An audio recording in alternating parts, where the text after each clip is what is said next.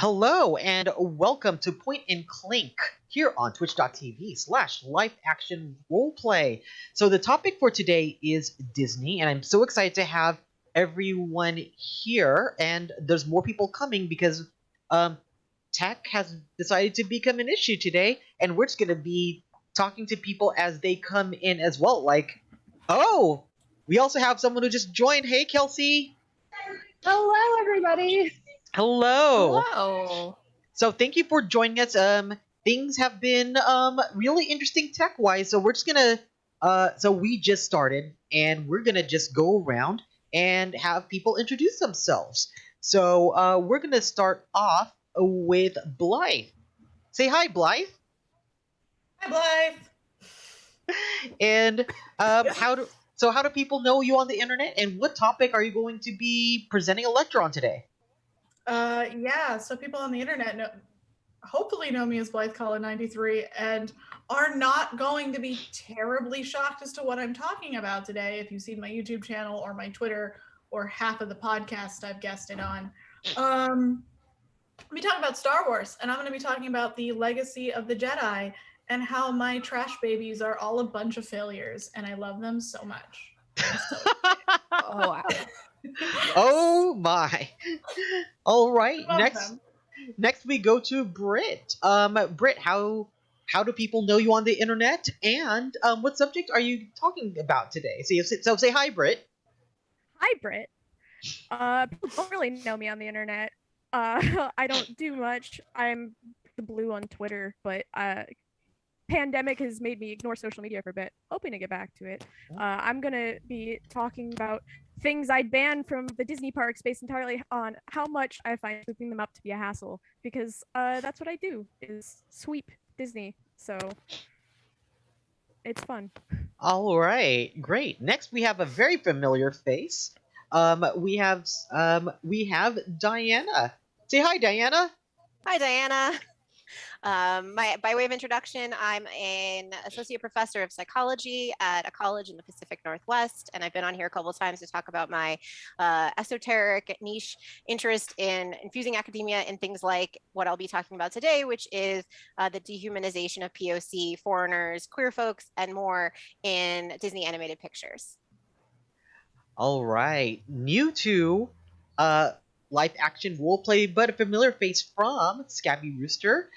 We have Mads. Say hi, Mads. Hi, Mads. Yeah, it's been a while since I've been on the Twitch channel. Last time I was here was for Blank Slate. Yeah, and you were so great on it. I can't wait for it to come back in person. I miss everyone. So what is your subject? So how do people know you on the internet? And what is your subject you're going to be presenting today?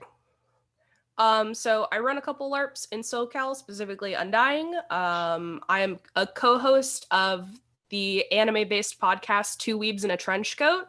It is all POC, all LGBTQ, hosted and run with me and my co-host Suzanne.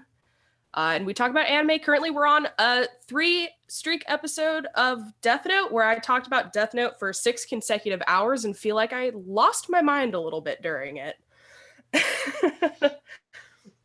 But I'm going to be talking about a very specific part of the Haunted Mansion history, about some of the iterations it went through before we got the final product that everyone sort of knows today. Specifically, the California Haunted Mansion, because I've never been to the one in Orlando.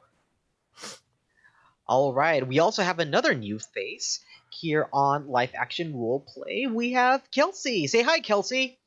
Kelsey, that's me. All right, so I really don't do anything online whatsoever. So unless we're friends, you probably have never seen me before, but you may have seen me around if you LARP in SoCal. I do Twin Mask. I also have worked at Disney on both coasts. I've worked at Walt Disney World and Disneyland, California. And I am now an experience designer. So what that basically means is I design fun events for people to engage with each other, learn about each other, and just have a good time. And so I am going to be discussing Disney's experiential entertainment and how the future of entertainment is user driven. Okay. Ooh. Yes. We still have someone in the middle of joining us. We're still working out some tech. So before we begin, Diana, if you can explain the drinking rules associated with Point and Clink, from which it gets its name. Absolutely. I'm going to channel Tessa a little bit today. I'm going to give it a try. The drinking rules for Point and Clink are pretty simple because they're about your presentation. So for every 3 minutes you speak, you take a drink. That can be a shot, a healthy chug of the beverage of your choice. Does not have to be fizzy, ABV heavy thing. Or water is also really good. I know Ryan is drinking water tonight. So after 3 minutes, that's one drink. After 6 minutes, that's two, and so forth. Also, please drink for making a disclaimer about your presentation, especially if it's self-deprecating. So like, I only started working on this 10 minutes ago, and it's going to be awful, probably, is a drink. But we love content warnings here. So if it's a trigger warning, content warning, something like that, that does not incur a drink penalty. Of course, please do that if it's relevant. Also, if a cat or maybe a dog appears on screen, then that's going to be a drink. And if there are no visuals in your presentation, we still love to hear from you, but that's going to be a drink.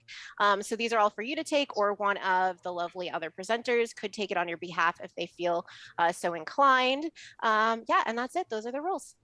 All right. And before we continue, my heart out goes out to Tessa right now, who's been having a very tough week. And so she asked, "Is it okay if I take a break?" And I'm like, "Yes, yes. Real life comes first, and your mental health comes first. So we love you, Tessa. We can't wait to have you back. But we will have you and your bright, cheery self when you are able. We love you." All right.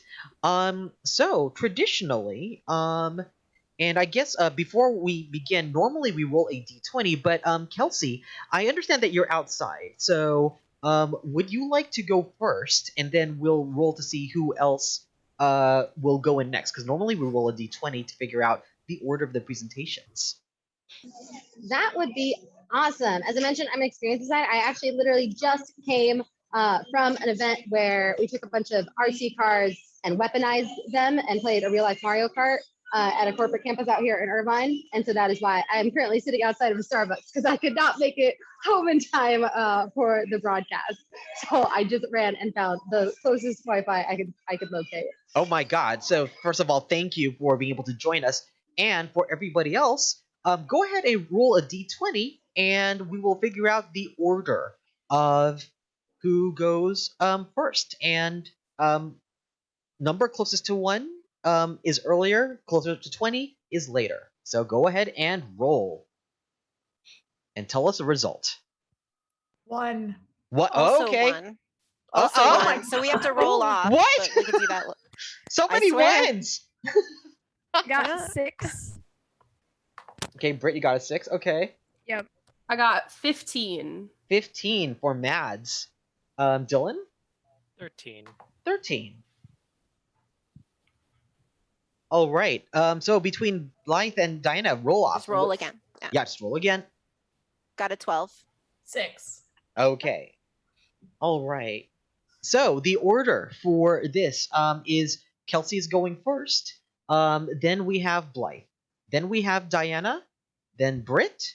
Then Dylan. Then Mads. All right. So we will begin. And Kelsey, are you gonna just talk, or do you have slides to present? I do not have slides to present, but I do have props. So I think we all need to take a drink because I don't think I have visual elements other than accessories. All right. That's good. That's good. Okay, we're gonna go ahead and put a pin on you. Right now. And whenever you're ready, we can begin. All right, excellent. I'm super excited. And hopefully I can run a bit more like a conversation. So I have some content, but I want to hear from you guys as well. Absolutely. So as mentioned, I love experiences how people play, right? So that's why I titled my talk Permission to Play, because one of the things I think Disney does an exemplary job of is it grants all of its guests permission to play. So let's dive in to kind of what I mean by that and how I've experienced it.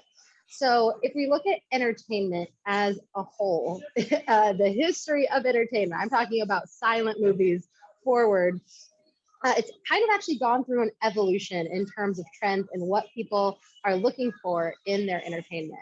So if we go way back to the start of Disneyland, specifically is what I'm going to be kind of discussing right now. Back in 1955, right when it first opened, if we were to think about entertainment, right, we'd be focusing on what I consider passive entertainment. We want to watch our entertainment. We go to the movies to watch the characters up on screen, and we went to Disneyland because we wanted to be able to see the characters in real life, see the sights, hear the sound. And we were essentially going to experience it by watching the entertainment. In fact, if you have been to Disneyland Park, you may have noticed that of all of the lands, one might argue that Frontierland is specifically the most immersive. In fact, it is the only land in the park with a non-flat paved road. It is the only one with textured ground. And the reason for that is because when Walt was designing the parks, his concern for Frontierland was back in the 1950s, the time period he was designing for and the frontier that he imagined, their grandpa in the family had actually experienced the real frontier. And so they needed to make Frontierland as authentic as possible to impress even the guests that have been out on the ranch, right? So because of that, we can understand, right, passive entertainment, that's what we're starting off with. All we need to do is present a pretty picture. That's where we get spectacle from, to like a circus, watching it, wow, amazing. Then as we move forward in time, that suddenly wasn't enough for people anymore, especially as we approach kind of the 1980s. And that was the rise of when we started to see more gamification, the video game, arcade games. And this is when people started wanting interactive entertainment where they could engage with that entertainment because they could actually manipulate it and affect the outcome at this point. So we actually see in Tomorrowland, that's when they added in the structure called Videopolis, which was essentially just a giant arcade discotheque area for like all the teens to go to and dance at. We still see stuff like that today. They've had events. I remember Electronica was extremely popular. Did anybody ever go and dance at Electronica? Was it just me? I hope not. That was like the best event Disney ever had, in my opinion. I freaking love it. I did. I've been to Electronica. Yay! All right, it was super fun. If you haven't been, I'm sorry. It was basically a Tron themed electronic dance party. It was like EDM at Disneyland. It was amazing. But that's where we're looking for a more interactive media, which is honestly the type of media that we're most familiar with hearing. Oh, it's very interactive. That's super like pushed out now. But what we are now experiencing in as like the last, I want to say like 5-6 years that Imagineering has been playing with is the immersive entertainment, where we're not just watching our entertainment, we're not just engaging with it, we are becoming the entertainment. And this is what I mean by the user-driven content or user-led entertainment. So let's go into a couple examples of this where we're seeing it happen. So what first gave me kind of the idea that this is where we were headed was I participated in the Disney College program back in 2011 to 2012. Brooke's nodding their head. I did it too. Yeah, that's how I got here. DCP, baby. So I worked at the Haunted Mansion in Orlando, Florida. And we had this special activity where you could essentially, the way that Disney works, at least if you work in an attraction, they have a this computer system where you log in and then it gives you an assignment. And usually your assignment is to go work, unload, helping guests out of the attraction or assisting guests with different abilities onto the attraction. And you get a different assignment. But one of those assignments that you could randomly pull was a magic moment, where it was literally your job to go and create a magic moment for a guest. And the magic moment that we had at the Haunted Mansion was we had little miniature maid or butler costumes that you could put on small children. And so we would walk up to a random family in line with a small child and say, would you like to be an honorary maid or butler? And of course, it's going to be like, yes. I wouldn't. And so we would bring them into the servants' hall, which was the themed semi backstage area of the Haunted Mansion. And we would give them this costume to put on over their park clothes. And we would teach them how to open up the stretching room and invite all the guests in. So if you can imagine, in Orlando, Florida, the Haunted Mansion, in Disneyland, California, if you walk in, it's like this beautiful Southern plantation house where you just walk right into the main foyer. But in Orlando, Florida, the design of the house is this old New England style mansion. And so the front doors that you enter are actually these extremely large, heavy doors that would open up and swing open.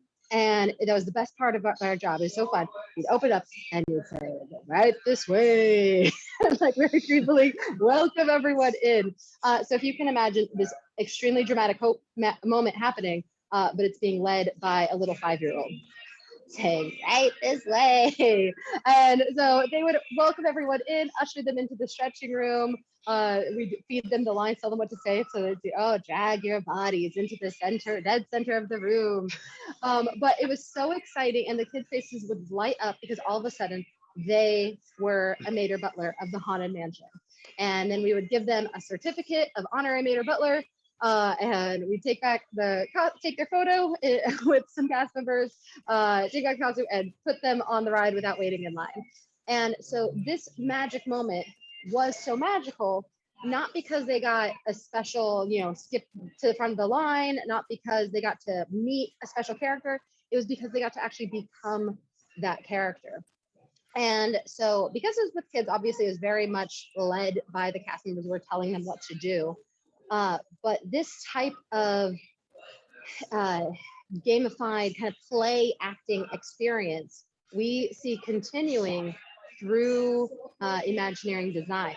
So the next time we notice it pop up is actually in the year 2013. Disney hosts a fan convention called D23 Expo. And at the 2013 fan convention, they actually held a game where it was a play test of the Adventure Trading Company. And essentially the story behind this was that you could sign up for tasks to complete for the Adventure Trading Company. And if you completed those tasks, which would require you to go to different locations and interact with different characters and complete their mission, you could earn a juju, which was essentially a totem of some type. And so I have a juju right here. It is this really cool resin casted alligator tooth or something of that nature. We also got there was a skull and a little fish. They were all themed to be like that Adventureland aesthetic. And so we played this game at the D23 Expo, and it was so fun. And then all of a sudden, lo and behold, the next year it pops up in the park where you can purchase a map and you can purchase which activity you'd like to do, and it sends you off to complete some tasks, and you turn the tasks back in, and all of a sudden you get your prize. But it definitely followed this format of sending individual people or groups of people out to accomplish something, come back and receive your item. And it was very insular in that way. Mads, I saw you reacting. Did you experience like Adventure Trading Company? Do you remember that? I have not, but one of the theme park YouTubers I watch, Tim Tracker, he and his family have actually done it at the Orlando park. Yes. So it's really cool had, to actually at the Orlando park. They even had I wasn't going to, but now that you bring it up, I know they actually had a pirate themed one. So it's a little different in California. I know our Pirates of the Caribbean attraction is located in New Orleans Square. Yeah. But in Florida, their Pirates of the Caribbean attraction is located in Adventureland. They don't have a New Orleans Square because I think the argument is because New Orleans is like right next door to Florida. So yeah, it's not super exciting to go see a New Orleans building. I don't know. New Orleans Square is like my favorite land in the parks, so I disagree. But yeah, so theirs is all pirate themed, and I know they have a lot of different like pirate idols that you can earn. I did complete that one as well. I believe it was called like Blackbeard's Quest or something like that. It's super fun. So it doesn't stop there though, and where we're going, I want to give you guys a little preview of this path that I'm taking you along, because I feel like I'm just like yoinked you and I'm like trudging down this road. But the end goal of this, where we're going to end up, is my argument is Disney is able to convince the average Joe to LARP.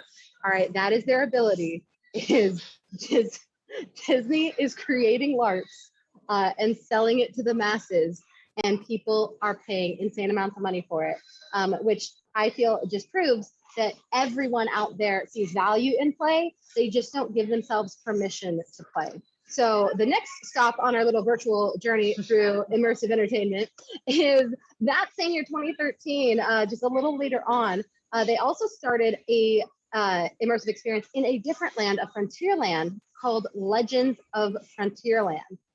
And the idea behind this event was you would show up and they had a giant map of this imaginary land of Frontierland. It wasn't an actual map of the theme park, but this imaginary land of Frontierland and Rainbow Ridge. And the idea was that it was big open land, and it was being bought up by the two different communities of Frontierland and Rainbow Ridge, and being bought up, with coins. And there was a kind of a land war on to see who would control the region, the Frontierland faction or the Rainbow Ridge faction.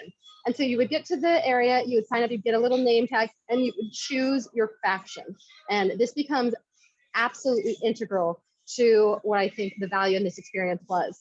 Once you've chosen your faction, you could then sign up to complete quests, where you'd go out and you do a task and you'd interact with different cast members, which were essentially NPCs littered throughout the park. I remember they had one at the Golden Horseshoe Saloon, and you would go in and where they were playing essentially like a poker game, like a very easy gambling game. And you could play the game. And if you won, you could earn very special Western Territories coins. So they called these bits, and they would hand these out, these little wooden coins, to folks for completing these different challenges. And then you could turn the coins in to buy up land territories, and you'd return to that giant map that I mentioned. And since you had pledged for either Rainbow Ridge or Frontierland, you could then choose an area and you could color it in with your faction's color. So at the end of the day, there was actually a winning faction that controlled the area, and they would raise up that faction's flag. And that day, Rainbow Ridge was victorious or Frontierland was victorious. And the reason I focus so heavily on these factions is because, as I mentioned with the Adventure Trading Company, that was a very insular experience where maybe you and your party were going through this experience together. But with Legends of Frontierland, it actually encouraged people to pull other guests into the experience with them, because a lot of these quests were better the more people you could get involved. Quests could include, there was one time where we took over the Mark Twain riverboat, and the challenge was to get as many people of your faction on the riverboat at a time, chanting that faction's name. The more people got on, the more bits you could collect. And so we were all running throughout the land trying to gather everybody from Rainbow Ridge, all meet at 2 p.m. on the Mark Twain for this organized event. And it's very rare, people go to the parks and you don't expect to have much interaction with other guests in the parks other than, please don't breathe on me. This is my spot, right? But for now we're actually playing with the other guests of the park, people who are complete strangers. But it's okay. It's like we're back being kids calling out, hey, I'm out, who wants to play with me? And we're all down to play. So motoring forward. So we now have that the immersive entertainment, we've got the competitive element, and we have the factions. So people are actually interacting with each other.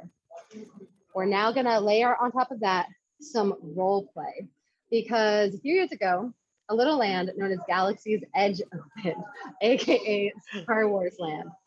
This is an event that I personally was looking forward to with extreme excitement, because when they debuted it at the D23 Expo, something that they pitched with it was that it was a living land. So unlike the other areas where you go to see an attraction based on the movie, you would actually be living in the land. The cast members would all be wearing different clothing. They would have stories of who they are in this area. They're not cast members at Disneyland. They are residents of Galaxy's Edge.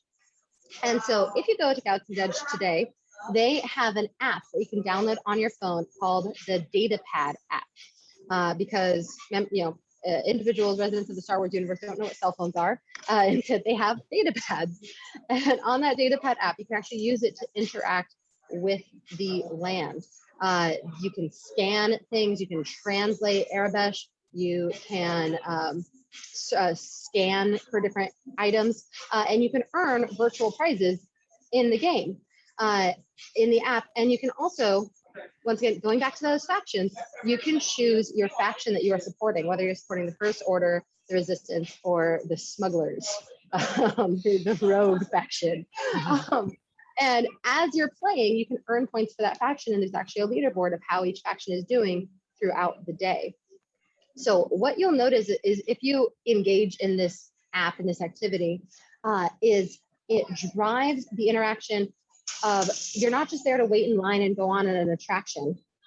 You're running, it's from the design level up that you're actually playing with the land itself, with the residents of the land, with the characters, with other guests in the area. And you'll actually see it. Maybe you're on a rogue mission, where you've got to smuggle some items and scan something, but you can't let the First Order know you're there. And so you'll see fully grown adults sneaking around, creeping around quarters, so that they're not noticed by the First Order. And First Order officers will come and interrogate you. What are you doing? Show me your data pad. What are you working on? And so all of a sudden you feel like you are a character in that universe, hence that becoming descriptor that I kind of gave this form of entertainment. So where this is heading, I gave you the preview before, where this is heading is Star Wars LARP. So what I mean by that is, you guys may have seen in the news that Walt Disney World, they are opening up a first of its kind experience known as the Star Wars Hotel. Essentially, they have labeled this hotel as the Starship Halcyon, and they're calling it a land cruise experience, which essentially what they mean by that is, instead of paying a nightly rate, you pay a flat rate for a 2-night, 3-day experience that will include an excursion into Hollywood Studios Park, or AKA the Galaxy's Edge land there. And what they offer is that this is a fully immersive experience. Every cabin on the Starship Halcyon has a view into outer space, where they have instead of a window, it's a view screen looking out into space. They're gonna have private transportation into Galaxy's Edge to not break that immersion. No need to ride on the hot, sticky buses, the Amstar buses, but you get a transporter to take you right into Galaxy's Edge. And you can also make your characters. They encourage guests to come dressed in costume, come with a story, because they are actually, a casting notice has gone up to cast the characters of this experience. And if you read through this casting notice, the characters that they are casting, they are definitely NPC type characters that are going to be interacting with the group throughout this experience. And it is a hefty price tag. If anybody is interested, I know, like, I'm super psyched for it, but I'm currently not in a position where I can drop $1,500 on a 2-night experience. So yeah, if any Disney folks are out there and they want someone to play test it, I'm right here, Disney, I'm right here. But the reason people are going to be doing this is because, as I mentioned, this is essentially a Star Wars LARP, but I feel like there is a barrier to entrance in the traditional LARPing community, and in that traditional sense of playing games that an average person may find too difficult to step over, and to say, I'm going to go ahead and I want to dress up in a costume and pretend to be a character and engage in this play acting form of entertainment. Whether it's because of preconceived notions or stereotypes, or just the way that it's been conveyed in media previously. But here is a great example of mainstream media, popular media, that is all over the place that thousands and thousands and thousands of people are participating in every day of the year. And if we boil it down to its essence, all it is immersive, user-led entertainment like LARPs. We see this even if we look outside of Disney. The rise of popular attractions like escape rooms or art installations like Now Wolf, it's all about placing the user in the center of the experience. So they're not stepping back to watch something, they are actually driving that experience. And where I want to wrap this up with is in anthropology, there is this notion of Goffman's performance of self, which means that we essentially are play acting every day of our lives. We have no true self. We are all just a performance of who we feel we should be based on our surroundings and interactions. And what that means is we are all skilled at this play acting. Sorry for that background noise, guys. But we often don't allow ourselves to do it because it's too big of a logical jump. If the role that we want to play doesn't logically fit in our surroundings, it's going to be too difficult for us to do. But luckily, Disney's strength is that they have the budget and they have the design team to set themselves up for that suspension of disbelief so that it is not too big of a step to jump into that play acting role so that everybody has that permission to play. And that's my thoughts on all their immersive entertainment offerings, guys. Woohoo! Let me just bring us back to our gallery. Wow. First of all, thank you so much for making a time to be able to give that lecture. I'm gonna ask the chat if you have any questions for Kelsey. Feel free to ask. I also, I guess, just wanted to have a comment. The funny part of everything that you said, when I used to be involved with the Labyrinth of Jareth Masquerade Ball, my job was actually to create the interactive experience at the event because I wanted to address a problem that they had, and that was like there were several people already dressed up in these beautiful outfits, and they were already watching performances. And my sister, when she went there, after 2 hours, she said she was done, and I said, "Why? It's gorgeous." And she says, "Yes, but after I've seen the dances and everything, there was nothing to interact with." So it was up to me to actually create that interactive experience, and so I created something called the post office. And the post office was getting people to, voluntarily go to the post office and handle delivery of messages, fill out certain quests, and then in return you got like a pin. And so I had to develop a game for a portion of the 3 or 4 thousand people that attended that weekend of who wants to opt in. And it turns out that if people were in costumes, they were already opting in. So they wanted more than just looking pretty. They wanted that interactive experience. So listening to you and what Disney was doing, kind of like in my brain, it's like I felt like validated everything that I worked on years ago on just kind of like, I've always wanted this. And like, it's so cool to see where Disney is taking it. For sure. And it's also important to realize that there's different levels of buy-in, right? There's different levels of engagement.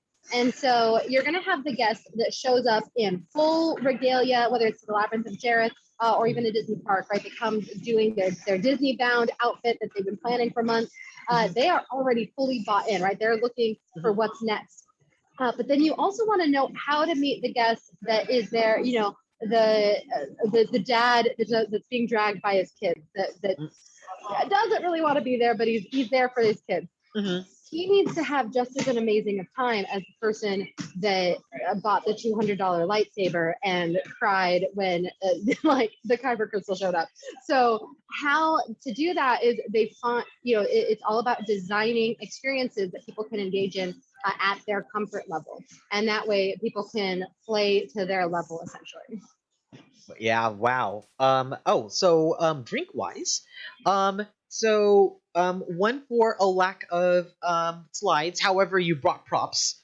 And then it came out to 21 minutes, like a little past 21. So like that's 7 drinks, I believe. Is that correct, Diana? Past 3, past 6, 6, past 9, past 9, 12, past 15, past 18, past 21. past 21. Yeah. 7. Yeah. So like that's a total of 8 drinks. I will I feel like that drink is a a whole lot, and I feel like I talked way too much now, so I'm very sorry. No, don't be sorry. I loved listening to a lot of what you have to say. I'm gonna drink a lot. This is like 2. I'll take 2 for you. Oh man, that reminds I me of took something. one of them. So it's That reminds me of something else. 4 down. Yeah, go 'Cause for it, Britt. your comment about people working together to create a moment with each other. Some of the best moments I've seen have involved complete strangers working together for different things. And the one thing that vividly came to my mind when you said that was one time I was going through the Pirates of the Caribbean, and they were evacuating the ride. I think there was some issue with like water levels. It was making it hard for the boats to get back onto the loading platform track. Like they were getting stuck right before getting on there. And so like, they had like their last boat of guests that were kind of just stuck right before the loading platform, and they couldn't get up. And so the cast members had to lead all these guests, and they were like, okay, so what you're going to do is on the count of 3, everybody's going to lean forward and just go forward. And then we're going to do it again, and everybody's going to go back. And we're going to keep repeating that over and over again. And so you had this whole boat of guests, people that didn't know each other, all in tandem, just going forward, back, forward, back. And they were just rocking the boat literally until it was enough force to get up on the loading platform. And they did this for like 3-4 minutes before it worked. And I've never heard people cheer louder. They were so happy. Like they created this experience, even though it was technically the ride breaking down. It was just an absolute delight for them to have this moment where they just, I mean, it was a magical moment, even if it wasn't, what people would traditionally call a magical moment. And it was just so neat to see. I love that stuff. My goodness. Thank you, Britt. Yes. Do we have any questions from the chat or from our fellow panelists? Or even comments? Just that I cannot wait for that Starship Halcyon to be a thing, because I want to go so badly. I want to go so bad. I want to go so bad. I will say when the casting notice came out, it was all I could do but to like not quit my stable full-time job and move out to Florida to pretend to be a Jedi Knight. Like that was so difficult for me. That was the first time I ever considered moving back to Florida for anything. I was like, could I move back to Florida to be a Jedi? And I was like, don't do that. But I could. If anything's going to tempt you, it's that. But oh yeah. So how would people who are interested in, I guess, play testing this, how would they go about doing that? So that is in terms of like experiences offered by Disney, that is not something that they make available to the public or that I am personally aware of. I know that Halcyon is going to start taking bookings in Blythe, you might know this better than I. I think it's winter of this year. It's what I heard. Soon. I know that I'm going to be trying because as far as I know, it's going to book up really fast. And I don't have the money to do it, but I'm going to still try to do it. I'm definitely excited. I'm sure there's going to be lots of people doing it and having like blog reviews of it that I'm very excited to see and experience. But I would also encourage everybody, I think if you like these types of experiences, to consider them in your next event design. That's why when I came on, I mentioned I am an experience designer, not an event. My LinkedIn ID might say event planner. But I prefer to look at events as experiences. So whether you're planning, your next birthday party or Labyrinth, it's how can you drive engagement with your event through activities that bring everybody together. Let's see. Okay, I think let me see. I think we've had everyone take their drinks. If there's any other questions or comments. Thank you so much, Kelsey. All right. Thanks, guys. All right, thank you. All right. Next, we have Blythe. Yeah. Blythe, are you ready with your presentation? I am. Just heads up to people in the chat. This is for mostly my notes. So if you're like, this doesn't make a lot of sense, it's just to remind me what to talk about. But it's very pretty, and that makes me happy. All right. Let me reset, and we will start as soon as you start talking. All right. So I got this pretty PowerPoint up. Mhm. So this is about the Jedi, a legacy of failure, which pulls from the quote from The Last Jedi, where Luke talks about how they have been deified and romanticized and how their legacy is failure. And a lot of people that weren't too happy to hear that, because people love the Jedi, myself included. I'm wearing an Obi-Wan shirt. My background is the Jedi Temple. I have loved the Jedi since A New Hope, since I saw it as a toddler. Like, Obi-Wan Kenobi has been my favorite character forever. But the more I think about this quote, the more I realize he's not wrong. And I kind of want to get into why he's not wrong, and also explain some of the examples who are different. There are Jedi out there who aren't following these patterns and these trends, but the legacy of the Jedi has been this kind of massive rise and fall, and it leads into eras of Jedi and leads into eras of Sith, and I kind of want to talk about why that happens. But let's start with, for those who don't know, for some reason, I don't know if you're watching this, why you don't know, but if you don't know, the Jedi are mystical knights and warriors who are members of orders. They pull very heavily from like Buddhism and Taoism, Buddhism and Taoism, and they are these monks, for lack of a better term. They all are able to use the Force, which is the mystical life power in Star Wars. Yeah. I know a lot about the Force, and I'm trying to figure out how to explain things without using more Star Wars terms. It's very difficult for me because I know too many things. But yeah, the Jedis use the Force, and they are these warriors. They follow a code. To be a Jedi, you have to be a member of the Order. And I want to stress this because a lot of people think like, oh, Jedi, Sith, light, like there's a difference between being a light side Force user and a dark side Force user, and being a Jedi and being a Sith. To be a Jedi or to be a Sith, you have to follow their ways. You have to follow their codes. You have to buy into what the Order is of either one say. And I feel like that's very important because throughout the galaxy, we think of the Jedi as these big legends and these big heroes, and they're such like mythicized beings. But at the end of the day, in the larger galaxy, the Outer Rim, the average person, the Jedi and the Sith don't mean a lot. And that's evidenced throughout like the shows, not so much the movies, but the animated series kind of delve into how people don't really know who they are and don't really pay attention to them. In Rebels, there's an episode where Sith Inquisitors attack and they have the red sabers, and the average person just calls them the Red Blades. They don't know that they're Sith Inquisitors. They don't know that they're good, bad. They just know they have a red lightsaber thing and they're attacking me. And that is as much as the average person would be able to distinguish when it comes to a Jedi and a Sith. They all kind of seem the same. So to be a Jedi or to be a Sith, you have to follow their order. And that brings me to the Jedi Code, which is being blocked by my face. So now I need to move this over. The Jedi Code on paper to me has always seemed quite nice in a lot of ways.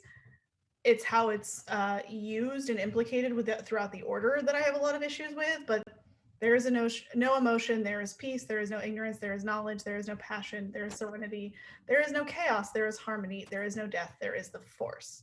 And a lot of this to me has always resonated quite nicely. It's not like you're not ignorant, you're not unintelligent in any way. There's always more to learn, there's always more knowledge. It's about finding inner peace, it's about being serene, it's about finding harmony in the world around you and finding solace through the Force. That's nice, it's quite lovely, It doesn't account for the for lack of a better term, the human element of things.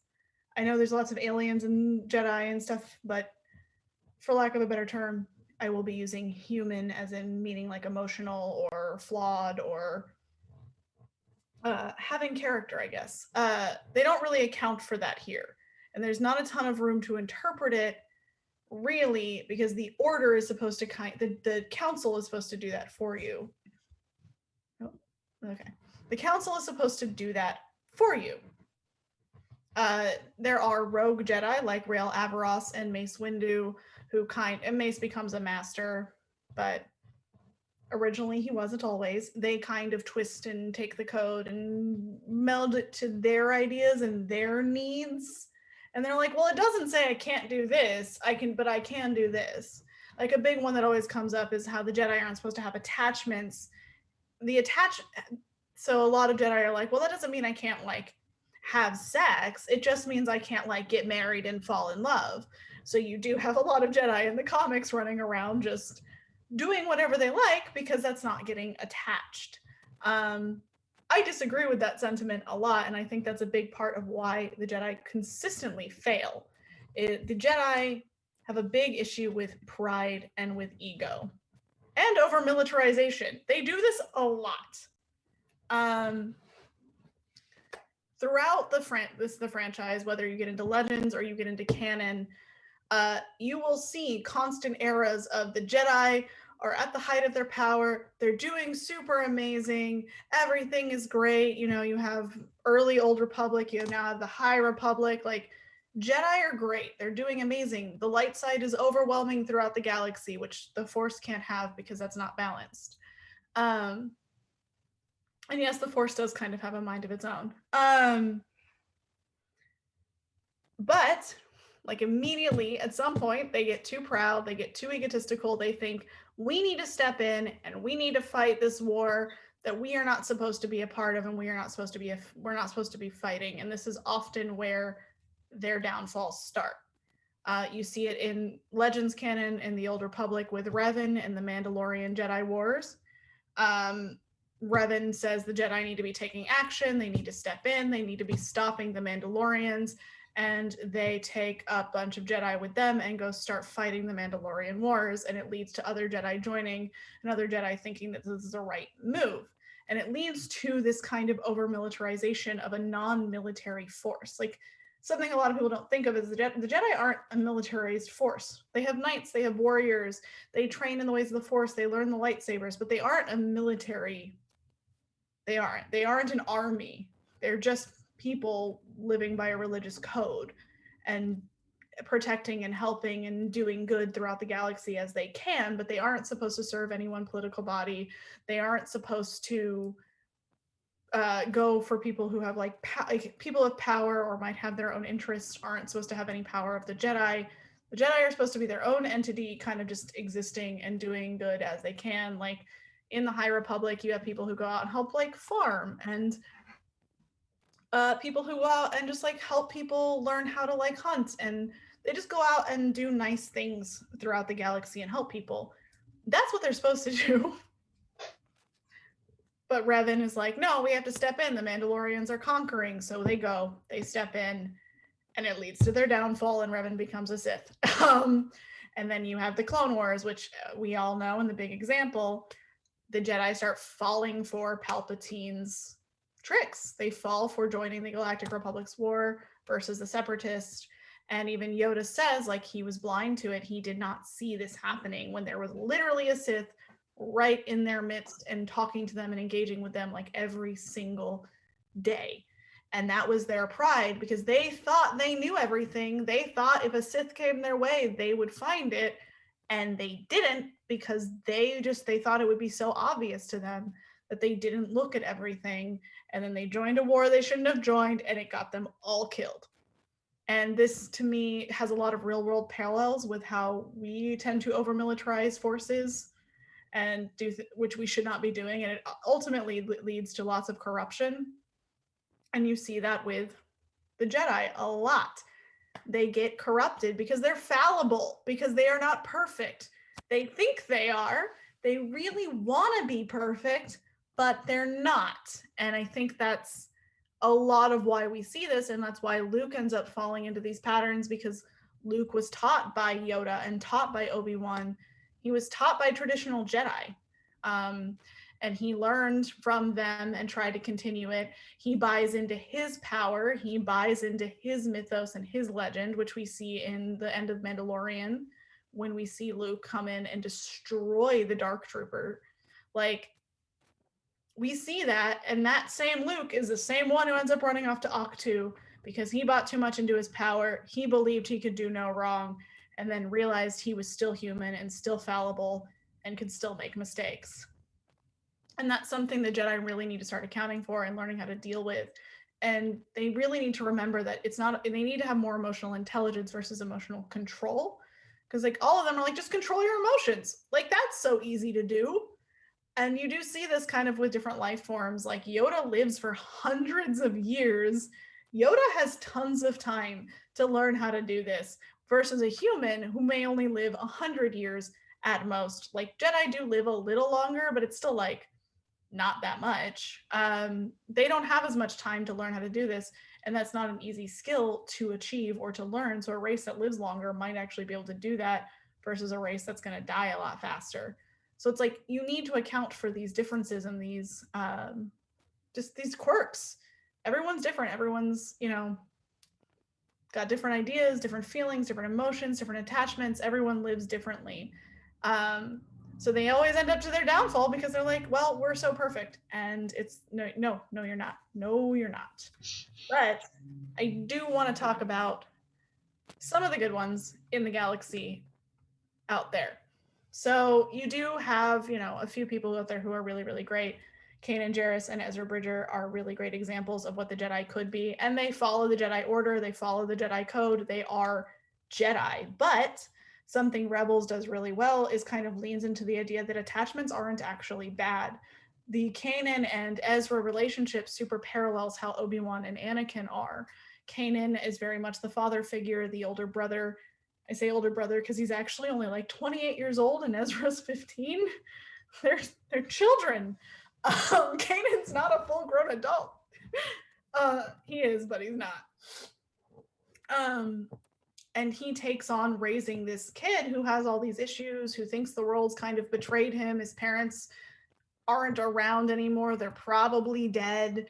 And Ezra has, like, he's very closed off and he wants to help people, but he is so afraid of the world around him because of what happened to him as a kid. And he's just been trying to survive day by day as opposed to letting people in. And Kanan sees that in, like, from himself in Ezra, because Kanan was a child when Order 66 happened. And Kanan ran off and had to try and survive and stay hidden and not get killed. So now he can see himself in Ezra. And their relationship is super loving. It's super caring. Every time Kanan's not around and Ezra's really struggling with something, we see Ezra go closer to the dark side because he doesn't have the guidance of Kanan. And if like, there's an arc in season 3 where Kanan is not really talking to Ezra because he's dealing with the fact that he kind of lost his eyesight. He lost a fight with Darth Maul. And Ezra is like, well, I just need to be better. I need to be perfect, and is falling more and more to the dark side because he's not really relying on his family and relying on those emotional supports and those attachments that he has. And the second that Kanan comes back and the second that they start working on things and talking about things, Ezra comes back from that. So it really highlights how much emotional support, family, and community can help and can grow who you are as a person and make you a better Jedi, not a worse one. Like the whole thing of Rebels is all about family and fighting for what you love and caring about these things. And it's like kind of the purest form of what Star Wars should be. I love Rebels. And it very much, The Last Jedi and Rebels have a similar message of just like, it's how you fight, it's who you fight for. You know, it might seem like it's going to get tough. It might seem like it's easy to go down a different path or give up, but don't. Keep fighting, keep trying, keep working hard, and it's wonderful. And then we have Ahsoka, who isn't a Jedi technically, and I say this because she does not follow the Jedi Order. She chose to leave kind of after being forced out, but she chose to stay away when she could have come back. I call her a gray Jedi. To me, a gray Jedi means that you don't follow the order and that you follow kind of more of your own path. Um, I don't mean that as you follow both sides of the Force. Like, I also consider Kreia a gray Jedi, but Kreia is a dark side user.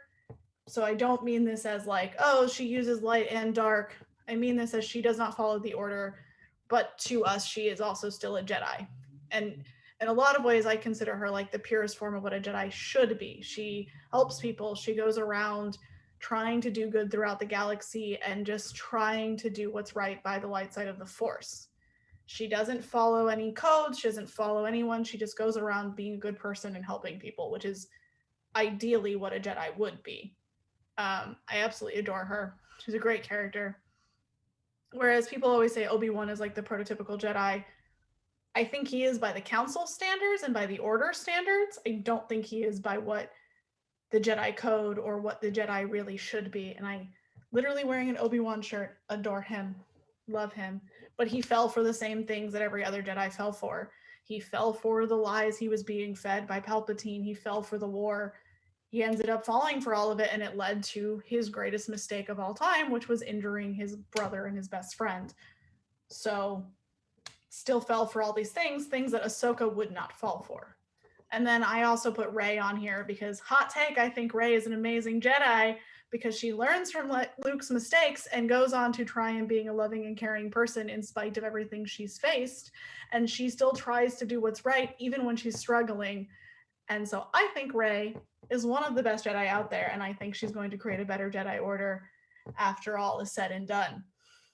Because I think that the Order can be good if you follow the Ahsokas, the Reys, the Kanans of the world. If you follow these people who recognize that it's okay to be flawed, it's okay to feel things, it's okay to have problems, it's how you deal with them, it's how you lean on your friends, and how you build a better order. It's not getting too proud. It's not getting too, I'm so good at everything. It's not buying into your legend. It's not buying into the myth of who you're supposed to be or what people think the Jedi are. It's about owning your mistakes and being better and learning from them, which is something the Jedi fail to do time and time again, which is why Luke's Jedi Legacy of Failure isn't such an inaccurate quote. And I say, like I said, I say this as kind of a Jedi apologist, and they do a lot of things wrong throughout the franchise. Yeah, I didn't have a great way to end this, but may the Force be with you. Thank you for listening to me rant and talk about Jedi. I love them so much. Oh man. Thank you for bringing up the fact that a lot of people forget is that they are a religious order, and only one of the many ways that the people in the universe like use and adhere to the Force. Like, there are so many alien species that have their own version. Oh yeah. Arguably better of the Jedi. Like, very good. Yeah, I was trying not to go too far into that stuff because I have a whole thing on the Force also. Oh man, absolutely fair.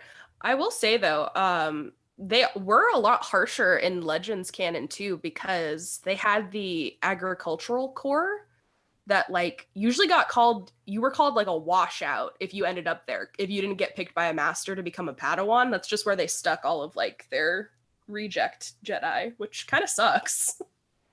Yeah, no, I was trying to stay too much away from Legends canon. I did use Revan and the Old Republic because Revan is an icon. We all love Revan here.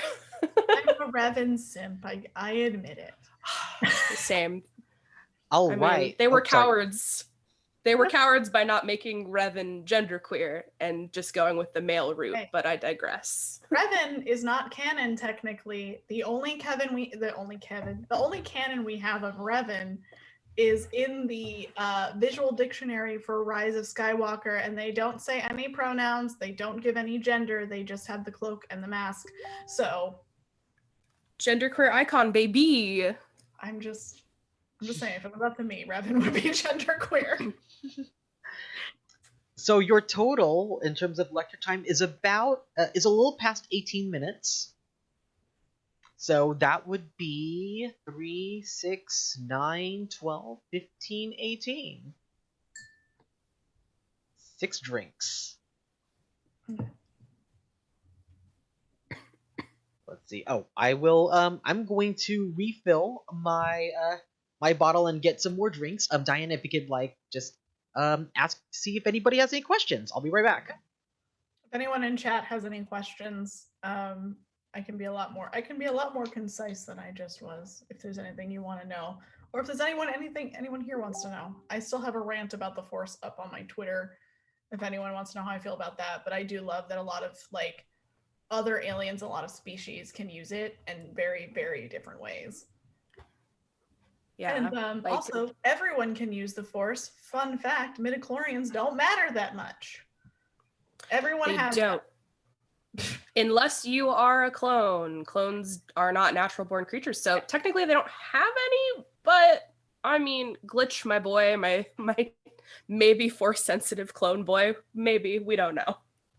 We don't know yet. I think that was a big issue with the Palpatine clones, because they were trying to create clones that would have Force sensitivity, and that's probably why they're looking for Grogu, because he has a high M count according to Mandalorian. Yeah. And I know that there's the whole theory with Omega and Bad Batch too, but I have a theory that she's going to be the first Force sensitive clone, but I don't know yet based on things Hera said to her, because Hera's flying is like a feeling, implying that Hera uses the Force to fly in some manner of speaking, similar to Han does, which Han will never admit.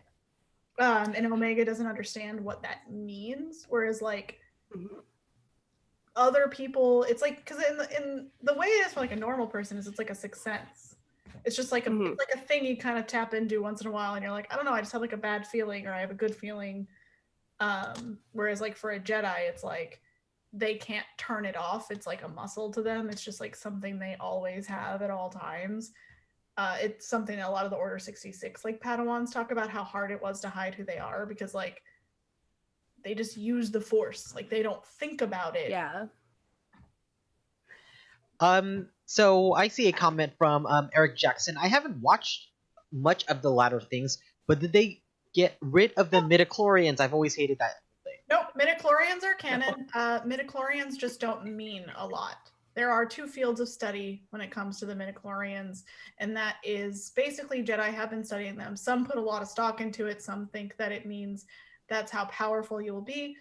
Most have come to terms with the fact that it's more of a chicken and egg situation. Midichlorians are basically, if you are naturally born, you will have midichlorians in you. You will have them. How many you have, how little you have, all kind of just up to what happens. But no one knows if it creates the connection to the Force, or if it's because or if the Force created them. No one really knows how that happened. They're not gone, and honestly, the only reason Anakin's count is significant is because Anakin was born of the Force, and they were manipulated by Palpatine. So that's the only reason Anakin power level is significant. But if Anakin never changed, trained, if Anakin never trained to be a Jedi, he wouldn't really be that powerful. He would just continue to be a normal person who has really good superhuman skills. Training is a big part of how powerful of a Jedi you will actually be. And some Jedi have below normal counts of midichlorians but are still connected to the Force. Some have higher than normal. They don't really mean anything. It's only significant because Anakin is Jesus. Yep. He is Space Jesus, to go with the Space Wizards. Yep. That's the only reason it means anything. And it will mean something with Grogu, because the Mandalorian does talk about high M counts. And my theory is that they're using him to create Force-sensitive clones, or try to. We have another question from Effie Burton. That was great. Question: you mentioned the Force seems to have a mind of its own. Super interesting. How has that manifested? So the Force there's a living Force and a cosmic Force. The cosmic Force is kind of what you think of as heaven, or an afterlife, and the living Force is what we would interact with on the day-to-day. The living Force is what the Jedi use to move things, or sense things. That's what that is, and that's what Qui-Gon and the Jedi ghosts become one with. They become one with the living Force to become a Force ghost. The Force it works through everything. It is in every living thing. It exists and works through everything. And when there is not balance, the Force will correct that. And this is where, like, something I love about The Last Jedi is The Last Jedi does get into this. Life and death are all parts of the Force. If there's overwhelming light, dark has to come up and balance it.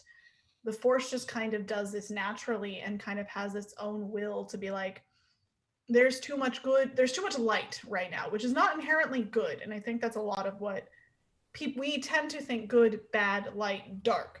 But it's actually just all like part of the natural cycle of things, which is why it's life is light, death is dark, but both have to happen. And so the Force continues to enact this kind of natural will in the universe and throughout the galaxy, just like you gotta keep the balance. You can't have the light without the dark. Like, you can't do that, which is why I think the Jedi that's another thing the Jedi constantly fail, is they think balance means overwhelming light a lot of the time, when in reality balance means some combination of the two existing at the same time. So the Force is constantly aware of that.